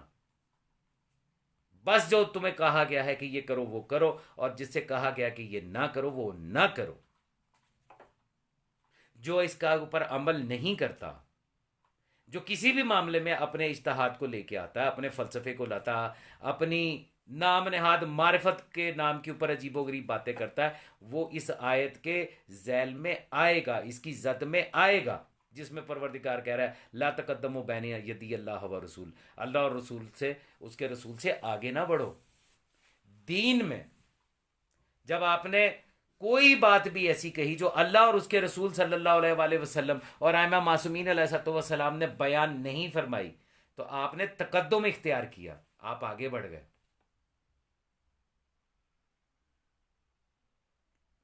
اسی لیے میں نے وہ روایت آپ کو سنائی کہ مولا فرماتے ہیں کہ تم ہر معاملے میں یہی کہو کہ میں وہی کہتا ہوں جو محمد و آل محمد علیہ الصلوۃ والسلام نے کہا، چاہے مجھ تک پہنچا یا نہیں پہنچا، چاہے میں جانتا تھا یا نہیں جانتا تھا۔ نوید طالب صاحب السلام علیکم ورحمۃ اللہ وبرکاتہ۔ وعلیکم السلام ورحمۃ اللہ وبرکاتہ۔ مزاج بخیر الحمدللہ، مولا کا بڑا احسان میرے حصے کے مولا سرکار ابوالفضل عباس علیہ السلام کی نالین پاک کی خاک کا صدقہ، بڑا شکر ہے۔ جی فرمائیے، ایک رہنمائی درکار۔ آج کے دور میں راویان حدیث کی پہچان کا طریقہ کیا ہے؟ اگر ایک شخص کے ذریعے ہم حدیث سنتے ہیں تو کیسے یقین حاصل کریں کہ اس نے ہمیں صحیح حدیث بتائی ہے یا ضعیف روایت بیان کی ہے؟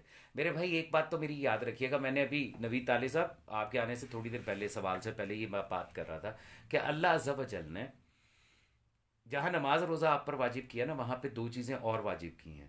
ایک اپنے زمانے کی امام کی معرفت واجب کی ہے، اور ایک دین کا علم حاصل کرنے کی بات کی ہے کہ علم حاصل کرو اور دین کا علم حاصل کرو۔ دنیاوی علوم تو ہم اپنے لیے کرتے ہیں نا، کہ ہمیں اچھی نوکری مل جائے، ہمارا کاروبار سیٹ ہو جائے، آمدنی کا ذریعہ بن جائے، عزت ہو جائے، یہ وہ سارا۔ لیکن جس علم کے حصول کا ذکر اللہ عز و جل کرتا ہے، اور جس علم کے حصول کا حکم سلطان مولا محمد مصطفیٰ صلی اللہ علیہ وآلہ وسلم خاتم النبیین فرماتے ہیں، وہ دین کا علم ہے۔ اب دین کا علم حاصل کرنے کے لیے لازم نہیں ہے کہ آپ نے جتنی بھی حدیث کی کتابیں ساری پڑھ لی ہوں، جتنی تفسیر کی کتابیں ساری پڑھ لی ہوں، لازم نہیں ہے۔ بنیادی جو چیزیں ہیں ان کا پڑھ لینا کافی ہے۔ اب آپ نے دو سوال پوچھے، راویہ نے حدیث کی پہچان کا طریقہ کار کیا ہے؟ دیکھیے، آج کے اس دور میں راوی حدیث کون ہوگا؟ راوی حدیث اصل میں وہ ہے کہ جس نے کسی بھی روایت کو، کسی بھی حدیث کو اپنے کان سے مولا سے ڈائریکٹ سنا۔ دراصل وہ ہے جو سن کے آیا اور اس نے روایت کر دیا منون، جتنا سنا تھا اتنا ہی آگے بیان کر دیا، وہ ہے راوی حدیث۔ یہ ہے راوی حدیث کی پہلی تعریف، جو اصل ہے، یہ راوی حدیث ہے۔ پھر اس نے اس سے سن کے کسی اور نے آگے بیان کر دیا، تو وہ جو اب دوسرے نمبر پہ ہے، جس نے خود ڈائریکٹ نہیں سنا مولا سے، لیکن جس نے مولا سے سنا تھا اس سے سن کے اس نے آگے بیان کر دیا، تو وہ بھی راوی حدیث ہے۔ آپ جانتے ہوں گے، یقیناً صاحب علم ہوں گے، کہ ایک اصولین کے اندر ایک علم پایا جاتا ہے جسے کہا جاتا ہے علم الرجال، اور اس میں کیا ہوتا ہے کہ جی ایک حدیث ہے، اس کا ایک سلسلہ سند ہے، اس میں ایک سے زیادہ راوی موجود ہے۔ راوی کا لفظ لکھا جاتا ہے نا، کہ ایک سے زیادہ راوی موجود ہیں، تو ہم اس کے ذریعے یہ جاننے کی کوشش کرتے ہیں کہ یہ راوی ثقہ ہے یا نہیں ہے، ٹھیک ہے؟ تو یعنی ایک کے بعد جب دوسرے نے سنا، اور دوسرے کے بعد جب تیسرے نے سنا، تیسرا اور دوسرا وہ تھا جس نے ڈائریکٹ مولا سے نہیں سنا بلکہ اس سے سنا جس نے مولا سے سنا تھا، تو وہ بھی راوی کہلایا۔ آپ اس کو راوی کہتے ہیں۔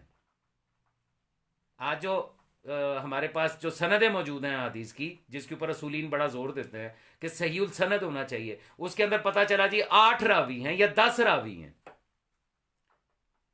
تو اصل راوی تو وہ تھا جس نے سب سے پہلے مولا سے سنا، اس نے سنا تھا، اور پھر اس نے کسی اور کو بیان کیا، اس نے پھر کسی اور کو اپنے بعد اپنے بعد اپنے بعد اپنے بعد، یہ سلسلہ چلتا چلا آیا۔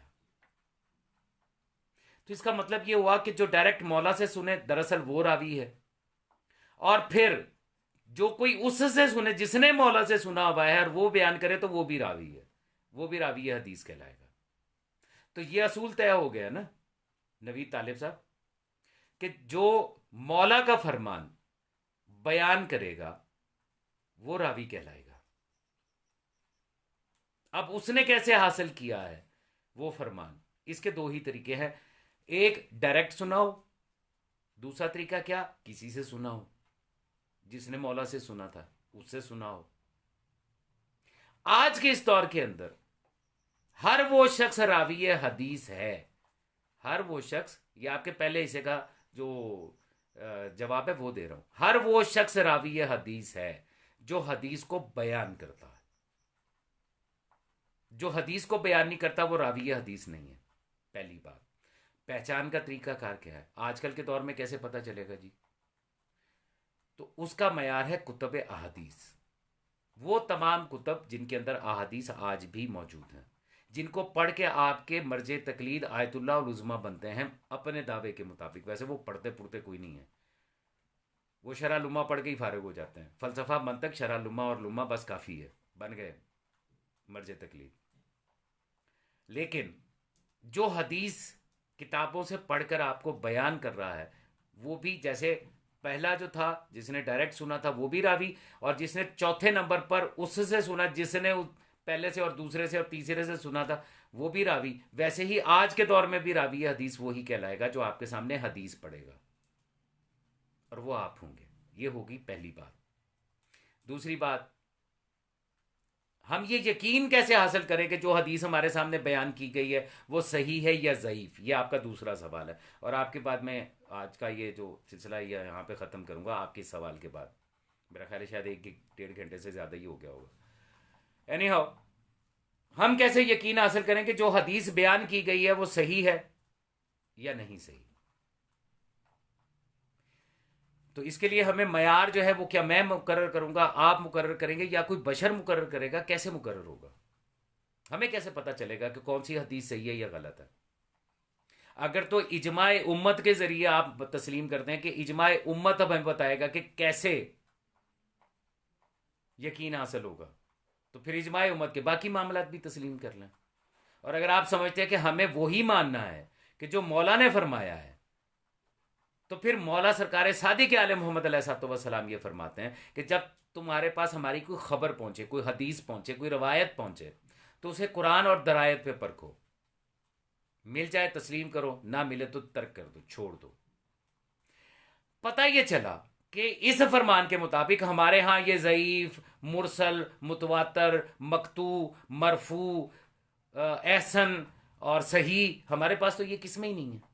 یہ تو اہل سنت کے طریقہ کار ہے.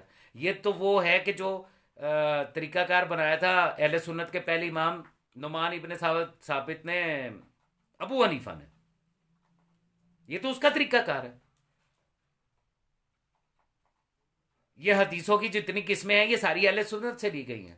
سرکار صادق عالم محمد تو 2 باتیں بتا رہے ہیں, اگر قرآن و درایت سے مل جائے تو تسلیم کر لو, نہ ملے تو ترک کر دو. یعنی ہمارے ہاں جو حدیث آئے گی یا وہ صحیح ہوگی یا نہیں ہوگی, تیسری تو حدیث ہی کوئی نہیں ہے. تو آج کے دور میں ہم یقین کیسے حاصل کریں گے؟ جو روایت آپ تک پہنچتی ہے, اگر آپ نے علم حاصل کیا ہے, اگر آپ قرآن پڑھتے ہیں اور ترجمے کے ساتھ کم از کم پڑھتے ہیں, چاہے دن میں 2 صفحے ہی پڑھیں, ترجمے کے ساتھ پڑھتے ہیں, تو یقیناً جب آپ کے سامنے کوئی روایت آئے گی تو فوراً آپ کا جو دماغ ہے وہ گھنٹی بجانی شروع کرے گا. درایت کیا ہے میں واضح کر دوں, وہ لوگ جو نہیں جانتے, آسان لفظوں میں بتا رہا ہوں. درایت کا مطلب یہ ہے کہ جو ہمارے بنیادی عقائد ہے, جو شیعہ اصل اصول ہے, وہ درایت ہے. جو شیعہ اصل اصول سے ٹکرا جائے گی وہ رد ہو جائے گی, وہ نہیں تسلیم کی جائے گی. مثال کے طور پہ ہمارا ایمان اعتقاد ہے, ہمارا اصل اصول ہے کہ ہم ہادی برحق کو معصوم من الخطا مانتے ہیں. ہم یہ کہتے ہیں کہ ہم جو بھی ہادی برحق ہوگا وہ معصوم من الخطا ہوگا, اس سے خطا نہیں ہو سکتی. یہ اصل ہے. اب اگر آپ کے سامنے کوئی روایت آتی ہے جس میں کسی بھی قسم کی کوئی خطا کا تاثر ملتا ہے, تو فوری طور پہ آپ کہتے ہیں کہ نہیں, یہ روایت صحیح نہیں ہے, کیونکہ اصل یہ ہے کہ ہادی برحق معصوم من الخطا ہوتا ہے. یہ درایت ہے. اور پھر اس کی تائید قرآن کی طرف سے ہو جائے گی. قرآن بتائے گا کہ ہاں, کیونکہ قرآن کہہ رہا ہے کہ اللہ کسی ظالم کو اپنا ولی نہیں بناتا. آیت موجود ہے قرآن حکیم میں. تو آج کے اس دور میں احادیث کی کتابیں, یا وہ شخص جو آپ کے سامنے حدیث پڑھ کے سنا رہا ہے, اجتہاد نہیں سنا رہا, فتویٰ نہیں سنا رہا, جو حدیث پڑھ کے سنا رہا ہے وہ راوی حدیث کہلائے گا. اور طریقہ کار میں نے آپ کو بتا دیا. ذہن مہربانی کیجیے گا, تھوڑی سی اپنا سوال دوبارہ لکھ دیں, مجھے اوپر سکرول کرنا پڑے گا کہ آپ کا سوال کیا ہے. میں دیکھوں, کوشش کرتا ہوں کہ اگر مجھے مل جائے کہ آپ نے کیا سوال کیا ہے. سید سادات کے حسب نسب پاک محمد و آل محمد علیہ الصلوۃ والسلام سے ملتا ہے. کیا شیعہ بھی حسب نسب اپنا اصحاب محمد و آل محمد علیہ الصلوۃ والسلام سے ظاہر کر سکتے ہیں, یا سادات کے علاوہ سب کنورٹڈ ہی ہوتے ہیں؟ دیکھیں, آپ کے اپنے سوال کے اندر آپ کا جواب موجود ہے. آپ نے لکھا ہے کہ سادات کے علاوہ سارے کنورٹڈ ہی ہوتے ہیں. ہاں, تو یہی تو حقیقت ہے نا. اصل میں سادات میں اور جو غیر سید ہے اس میں جہاں بہت دیگر فرق ہیں، اس میں سب سے بڑا فرق جو ہے وہ یہ ہے کہ ان کی پوری نسل میں کوئی بھی ایسا نہیں ہے جو غیر مسلم ہو. یعنی ان کے شجرے میں ان کے باپ دادا پردادا لگڑ دادا اور اس طرح کرتے کرتے کرتے کرتے معصومین تک جو سلسلہ جائے گا اس میں کوئی بھی غیر مسلم نہیں ہوگا. لیکن ان کے علاوہ جتنے بھی قبیلے ہیں، جتنے بھی قبیلے ہیں، وہ سب کے سب کنورٹڈ ہیں. کوئی 100 سال پہلے، کوئی 200 سال پہلے، کوئی 30 سال پہلے، کوئی 40 سال پہلے، کوئی 500 سال پہلے، کوئی 1000 سال پہلے مسلمان ہوا، کنورٹ ہوا. ٹھیک ہے. تو آپ کے سوال کے اندر آپ کا جواب ہے. آپ نے پوچھا کیا صحابہ کرام سے ملا سکتے ہیں؟ بالکل ملا سکتے ہیں. اگر آپ کا یقین آپ کو حاصل ہے کہ آپ کے جو جد امجد ہے وہ فلاں صحابی مکرم ہے، تو بالکل بتائیں کہ ہم ان صحابی کی نسل میں سے ہیں. بالکل بتانا چاہیے، یقین کے ساتھ بتانا چاہیے. لیکن اگر آپ کو اس بات کا یقین نہیں ہے، اور اسی وجہ سے سوائے سادات کے علاوہ آپ کو کسی کا شجرہ جو ہے وہ 1400 سال پیچھے امام تک جاتا نظر نہیں آتا، وہاں تک پہنچتا نظر نہیں آتا. ہمارے ہاں یا بر صغیر پاک و ہند میں جو جٹ برادری ہے، جو جٹ ہے، ان کے شجرے موجود ہیں. راجپوت جو ہے ان کے شجرے موجود ہیں کہ یہ فلاں کا بیٹا فلاں کا بیٹا، لیکن پتہ چلتا ہے تیسری چوتھی پانچویں آٹھویں نسل میں جا کے وہاں پہ غیر مسلم ہے. ٹھیک ہے. تو یہ اچھا، کنورٹ ہونا، مسلمان ہونا، یہ کوئی تانا نہیں ہے. جو مولا کا عزادار ہے نا، جو ماتمی ہے، زنجیر زن ہے، عزادار ہے، ولائی ہے، مکسر نہیں ہے، وہ کوئی بھی ہو، کسی بھی قبیلے سے تعلق رکھتا ہو، کسی بھی ذات سے تعلق رکھتا ہو، مجھ جیسے سادات کے لیے وہ صاحب عزت ہے. اس کی عزت میرے جیسے سادات کے اوپر، میں سمجھتا ہوں کہ مجھ جیسے سادات کے لیے اس کا عزت اور احترام کرنا جو ہے یہ فرض ہے. لیکن اگر کوئی سید ہے اور اپنی ہی جد کی مخالفت کر بیٹھا ہے، امام برحق کو چھوڑ کے لوگوں کے بنائے ہوئے امام کے پیچھے چل پڑا ہے، تو پھر اس کے اعمال کتنے بھی اچھے ہوں، لائق عزت نہیں ہے. یہ مختصر سی میں نے بات آپ کے سامنے عرض کر دی.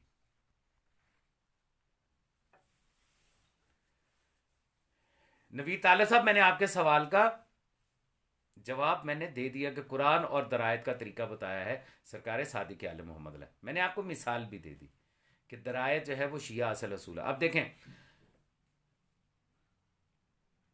ہمارا عقیدہ ہے، شیعہ نے حیدر قرار اسنا عشریہ امامیہ کا عقیدہ ہے کہ اللہ عز و جل جسم نہیں رکھتا، نہ پہلے کبھی تھا، نہ آج ہے، نہ آئندہ کبھی ہوگا.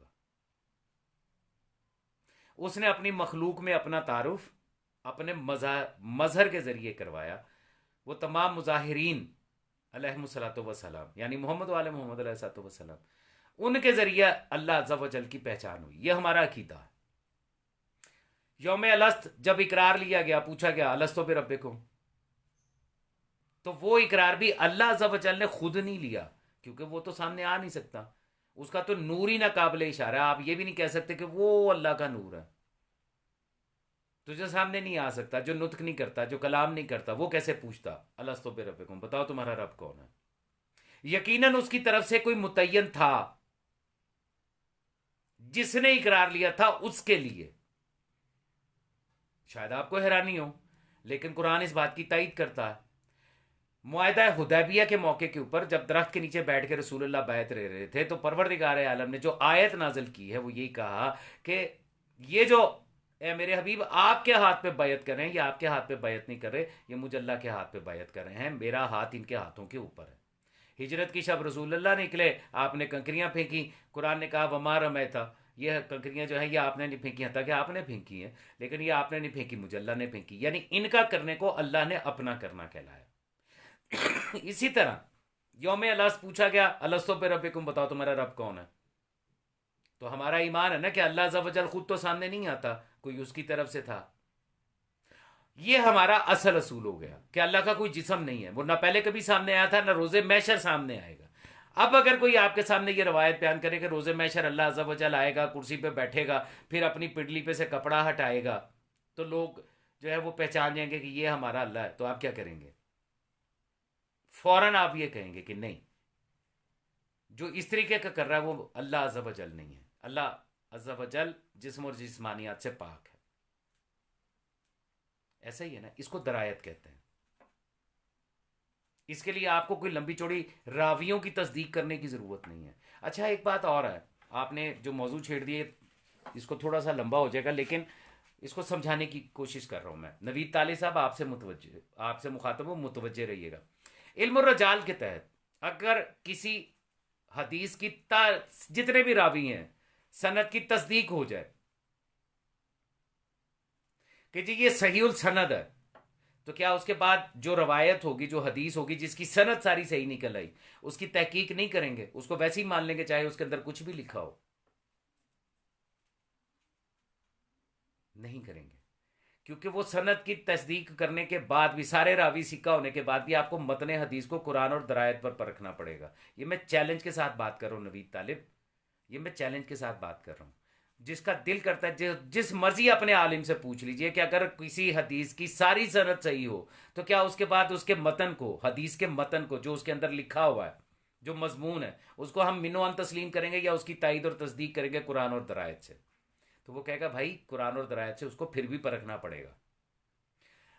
تو جب قرآن اور درایت پر اس کو پھر بھی پرکھنا پڑے گا تو پھر صحیح السند ہونے کا فائدہ کیا ہوا؟ سوائے اس کے کہ ایک ایکسٹرا آپ نے یقین حاصل کیا، کیونکہ سارے راوی سکہ ہیں، سارے سچے ہیں، سارے جو ہے وہ اس معیار پہ پورے اترتے ہیں کہ جس معیار پہ ہم راوی کو تسلیم کرتے ہیں. تو اب جو ہم روایت پڑھنے جا رہے ہیں تو اس کا جو ہے وہ ایک یقین حاصل ہے کہ ہاں آئی صحیح طریقے سے ہے. اب اس کا متن ہم پڑھ کے دیکھیں گے تو پتہ چلے گا کہ کیا ہے. پرکھنا آپ کو پھر بھی قرآن اور درایت پہ پڑے گا. ٹھیک ہے میرے بھائی؟ ہمارے ہاں یہ ضعیف متواتر یہ وہ نہیں ہوتی، یہ سند کی بنیاد پہ کہا جاتا ہے کہ جی اس روایت میں فلاں، اس سند میں فلاں راوی سکہ تھا، فلاں مجہول تھا، فلاں ضعیف تھا، یہ تھا وہ تھا. یہ اس کی بنیاد پہ یہ اتنی قسمیں بنی ہوئی ہیں. قسمیں دو ہی ہیں، صحیح یا غلط، سرکار صادق علیہ محمد علیہ الصلوۃ والسلام کے فرمان کے مطابق. ٹھیک ہے جی، امید ہے کہ میں آپ کا سوال کا جواب دے سکا. علی جی زین فرما رہے ہیں کہ جی اور سید جان کیا آج کل جو کنورٹ ہو رہے ہیں ایک بہت بڑی تعداد ہے، بے شک ایسا ہی ہے، ہر دور میں ہوتے ہیں، اس کا ہمیں کیا فائدہ؟ اور حدیث معصوم سے ثابت ہے حلال ہمیشہ تھوڑا ہوگا بٹ بابرکت ہوگا. ایسا ہی ہے، آپ نے جو لکھا ہے. آپ نے پوچھا کہ آج بہت ساری تعداد میں لوگ جو ہیں وہ کنورٹ ہو رہے ہیں. دیکھیے اگر لوگ کنورٹ ہو کے اسلام قبول کر رہے ہیں تو اس کا ہمیں کیا فائدہ ہے؟ ہمیں صرف اتنا فائدہ ہے کہ ہماری تعداد میں اضافہ ہوگا، اس کے علاوہ ہمیں کوئی فائدہ نہیں ہے. فائدہ اسی کو ہے جو اسلام میں آئے گا، اس کی ذات کو فائدہ ہے کہ اس نے دین حق کو قبول کر لیا. یا اگر کوئی شیعہ بنتا ہے، اگر کوئی شیعہ بنتا ہے، کنورٹ ہوتا ہے، شیعہ آ جاتا ہے، تو اس کی ذات کو فائدہ، ہمیں کوئی فائدہ نہیں ہے، شیعوں کو کوئی فائدہ نہیں ہے سوائے اس کے کہ ہماری تعداد میں ایک بندے کا اضافہ ہو گیا. اس کے علاوہ اور کوئی نہیں، اس کی ذات کو فائدہ ہے. اور فرض کرے کہ اگر کوئی چلا جاتا ہے، شیعہ مذہب کو ترک کرتا ہے، اور اللہ یاری جو ہے اس کے، میں نے دیکھے کچھ پروگرام، اس میں ایک صاحب دعویٰ کر رہے تھے میں سید بھی ہوں اور میں شیعہ تھا اور اب میں جو ہے وہ اللہ کو ہی نہیں مانتا، دیر از نو گاڈ، ملحد ہو گیا. تو وہ اس کے جانے سے شیعہ قوم کو کیا فرق پڑا یا اسلام کو کیا فرق پڑا؟ نہیں پڑا، اس کی ذات کو فرق پڑا. کوئی کنورٹ ہوتا ہے تو اس کی ذات کو فائدہ، کوئی واپس سے پلٹ جاتا ہے تو اس کی ذات کو نقصان. ہمیں کوئی فائدہ نہیں ہے، قطعاً کوئی فائدہ نہیں ہے سوائے ایک فائدے کے کہ ہماری تعداد میں اضافہ ہوا، ہماری جو آواز ہے اس آواز میں ایک اور آواز شامل ہوگی، بس اس کے علاوہ اور کوئی فائدہ نہیں. ٹھیک ہے؟ اور یہ بے شک جو معصومین علیہ الصلوۃ والسلام نے حلال قرار دیا ہے وہ قیامت تک حلال ہے، جس کو حرام قرار دیا ہے وہ قیامت تک حرام ہے. جو اس میں تبدیلی کرے وہ دین ہمارے عقیدے کے مطابق شیعہ نے حیدر قرار اثنا عشری، حتیٰ کہ یہی عقیدہ اہل سنت میں بھی پایا جاتا ہے، لیکن ہماری گفتگو چونکہ تشیع کے ساتھ ہے تو شیان حیدر قرار اثنا عشریہ امامیہ کے مطابق اگر کوئی اللہ کے حلال کو حرام یا حرام کو حلال کر دے تو وہ شریعت کے مطابق دین سے خارج ہے، اثنا عشریہ امامیہ کے عقیدے کے مطابق. ٹھیک ہے، یہ اختیار آپ اگر کوئی سوچنا چاہے نا تو یہی ایک جملہ کافی ہے کہ اللہ کے حلال کو حرام اور حرام کو حلال کرنے کا اختیار کسی کو نہیں دیا گیا. تو پھر یہ سارے کا سارا اجتہاد ہے کیا؟ یہ جو تقلید وغیرہ کرتے ہیں، یہ جو فتوے لیتے ہیں، یہ ہے کیا؟ میں نے پوچھا یہ اجتہاد کیوں کرتے ہیں؟ انہوں نے کہا جی وہ حدیث میں اختلاف ہے، عام آدمی جج نہیں کر سکتا. تو بہت ساری حدیثوں میں سے صحیح حدیث نکال کے اور اس کے مطابق بیان کرنا یہ اجتہاد ہے، اسی کو فتویٰ کہتے ہیں. تو میں نے کہا پھر فتووں میں اختلاف کیوں ہے؟ انہوں نے اس لیے کہ حدیث میں اختلاف ہے، ایک کے نزدیک یہ والی حدیث صحیح ہے، دوسرے کے نزدیک یہ زیادہ بہتر ہے. تو بھائی پھر اجتہاد کا فائدہ کیا ہوا؟ اجتہاد کا فائدہ تو تب تھا کہ وہ جو اختلاف والی حدیثیں تھیں، ضعیف حدیثیں تھیں بقول تمہارے، وہ نکال دیتے، صرف وہ حدیثیں رکھ لیتے کہ جو تمہارے کہنے کے مطابق صحیح السند بھی تھیں، سارا کچھ تھیں، پھر وہ رکھ لیتے تاکہ کسی کو اجتہاد کرنے کی ضرورت ہی پیش نہ آتی، ہر ایک کو علیحدہ علیحدہ تقلید کرنے کی ضرورت ہی پیش نہ. چلو ایسا کر لو، سارے مجتہد مل کے، سارے مرجع تقلید مل کے ایک توضیح المسائل بنا لو، تاکہ آپس میں تو جھگڑا نہ ہو، آپس میں تو اختلاف نہ ہو. ایک حلال کہہ رہا ہے، دوسرا حرام کہہ رہا ہے. ایک کہہ رہا ہے زجیر زنی کما زنی حرام ہے، دوسرا کہہ رہا ہے خوب کرو. ایک کہہ رہا ہے مور کھانا حلال ہے، چار کہہ رہے ہیں کہ مور کھانا حرام ہے. اور ان کی وجہ سے جو قوم ہے وہ آپس میں لڑ رہی ہے.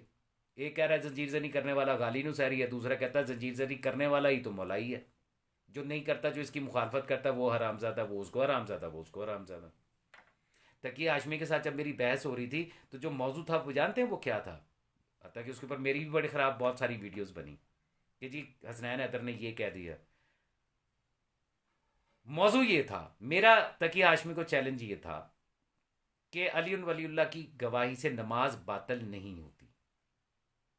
پڑھے نہ پڑھے میرا مسئلہ نہیں ہے، واجب سمجھ کے پڑھیں یا مستحب سمجھ کے پڑھیں، میرا مسئلہ نہیں ہے. میرا مسئلہ ایک ہے کہ جو باطل کہتے ہیں وہ غلط کہتے ہیں. میری اس کی ساری گفتگو اس ایک نقطے کے اوپر ہوئی. مجھ سے سوال کیا تھا کہ ہاشمی نے، شہباز نقوی نے، انہوں نے پوچھا کہ اگر کوئی شخص اپنی نماز میں یہ نہیں پڑھتا تو کیا اس کی نماز باطل اور وہ حرام زادہ ہے؟ آج بھی وہ ریکارڈ موجود ہے. تو میں نے اسے کہا تھا کہ میں یہ فتویٰ نہیں دے سکتا. میں نے معصوم کی ایسی کوئی حدیث نہیں پڑھی کہ جس میں یہ کہا گیا ہو کہ اگر کوئی یہ اپنی نماز میں ادا نہیں کرتا تو اس کی نماز بھی باطل ہے اور وہ حرام زادہ. میں نے یہ بات کہی کہ میری نظر سے معصوم کی ایسا کوئی حدیث نہیں گزری. لیکن یہ میرا موقف جو تھا، جو مین موقف تھا، وہ یہ تھا کہ جو باطل کہتے ہیں وہ غلط ہے. اور الحمدللہ میں نے وہاں پہ ثابت کیا. جس چیز کی میرے پاس معصوم سے تائید اور تصدیق نہیں ملی، اس کے اوپر میں اپنے پاس سے کسی کو فتویٰ کیوں دوں کہ جو نہیں اس کو گواہی کو دیتا اس کی نماز باطل ہے؟ کیوں کہوں؟ ہاں واجب ہے، نماز واجب ہے، روزہ واجب ہے، حج واجب ہے، زکوٰۃ واجب ہے. زکوٰۃ اس پہ واجب ہے جو صاحب نصاب ہے، حج اس پہ واجب ہے جو صاحب نصاب ہے، جس کے پاس اتنا ہے کہ وہ حج پہ جا سکتا ہے. اور جانے سے پہلے جتنا عرصہ اس نے وہاں حج پہ رہنا، اتنے عرصے کا پیچھے گھر میں راشن روشن ڈال کے اپنے اہل و عیال کی ضرورت کا سامان پورا کرے گا تو حج پہ جائے، ورنہ نہ جائے. شریعت کا حکم ہے. لیکن اس کے لیے حج ہے جس کے پاس وسائل ہیں، اس کے لیے زکوٰۃ ہے، خمس ہے جو صاحب نصاب ہے. ہر ایک کے لیے تو نہیں ہے. اسی طریقے کے ساتھ میرے لیے واجب ہے کہ میں اپنی نماز میں صرف مولا میرے کائنات ہی کیا سب کی گواہی دوں. کیونکہ میں نے روایت پڑھی ہے ملا یزر الفقی میں کہ پوچھا گیا مولا سے، سرکار صادق آل محمد سے، کہ مولا کیا آپ کے اسماء مولا ہم نماز میں لے لیں؟ فرمایا اجمل ہوں، اجمال کے ساتھ لو. تو میرے لیے کافی ہے، میرے پہ واجب ہے، میرے لیے واجب ہے. ایک بندے کے پاس یہ علم ہی نہیں پہنچا، ایک بندہ اس بات کو اس طریقے سے سمجھ ہی نہیں سکا، تو اس کی نماز کو باطل قرار دے کے میں اس کو حرام زادہ کہوں؟ کیوں کہوں؟ میں یہ فتویٰ کیوں دوں؟ اور وہ جناب شور مچ گیا. حسین کاظمی نے کہا ہے کہ جو یہ گواہی نہیں دیتا اس کی نماز جو ہے وہ باطل نہیں ہوتی، اور حسنین کاظمی کہہ رہا ہے کہ یہ مستحب ہے اور یہ وہ. بھائی پہلے دن سے چیخ چیخ کے کہہ رہا ہوں، میرا عقیدہ ہے کہ یہ واجب ہے، کیونکہ میرے پہ حجت تمام ہو گئی، میرے پاس علم آ گیا، میرے پاس حدیثیں آ گئیں، روایتیں آ گئی، آیتیں آ گئیں، میرے پہ واجب ہے. میں نماز پڑھوں گا اور اگر یہ گواہی نہیں دوں گا تو میری نماز باطل ہے، کیونکہ میرے اوپر علم آ چکا. میرے پہ حجت تمام ہو چکی، لیکن جس پہ نہیں ہوئی، جو شک میں ہے، جو تذبذب میں ہے، پتہ نہیں یہ ٹھیک کہہ رہا، پتہ نہیں وہ ٹھیک کہہ رہا، اور وہ نہیں گواہی دیتا، تو کیا وہ حرام زادہ ہو جائے گا؟ کیا آپ اسے حرام زادہ کہیں گے؟ کیا اس کی نماز کو باطل کہہ دیں گے؟ نہیں. تو یہ جو اختلافی فتوات ہیں، یہ حلال ہے وہ حرام ہے، زنجیر زنی حرام ہے، خامنہ نے کہہ دیا خوب کرو کا فتویٰ بشیر نجفی نے دے دیا، سیستانی نے فتویٰ ہی کوئی نہ دیا. تو یہ اختلاف اسی وجہ سے ہی ہے نا. آج اگر معصوم کی طرف رجوع کر لیتے پتہ چل جاتا. اسی جو گواہی ہے ولایت کی گواہی، اسی کے اوپر کہا گیا جی نماز باطل ہے، جو دیتا ہے وہ غالی ہے، وہ نصیری ہے، MI6 کے ایجنٹ ہے. یہی فتوے سنتے رہے ہیں. آج وہی مجتہدین میں سے کچھ ایسے ہیں جو اس کو واجب قرار دے رہے ہیں، اور اکثریت اس کو مستحب قرار دے رہی ہے. تو اب کیا کریں گے وہ لوگ؟ کیا ان مجتہدین کو جنہوں نے اس کو واجب قرار دیا ہے ان کو گالیاں دیں گے، ان کو حرامزادہ کہیں گے، MI6 کا ایجنٹ کہیں گے؟ یا جو مستحب کہہ رہے ہیں کہ ہاں اگر گواہی دے دی جائے تو نماز باطل نہیں ہوتی، ان کو جا کے گالیاں نکالیں گے؟ کیا کریں گے؟ رویے بدلیں، اپنے طریقہ کار بدلیں.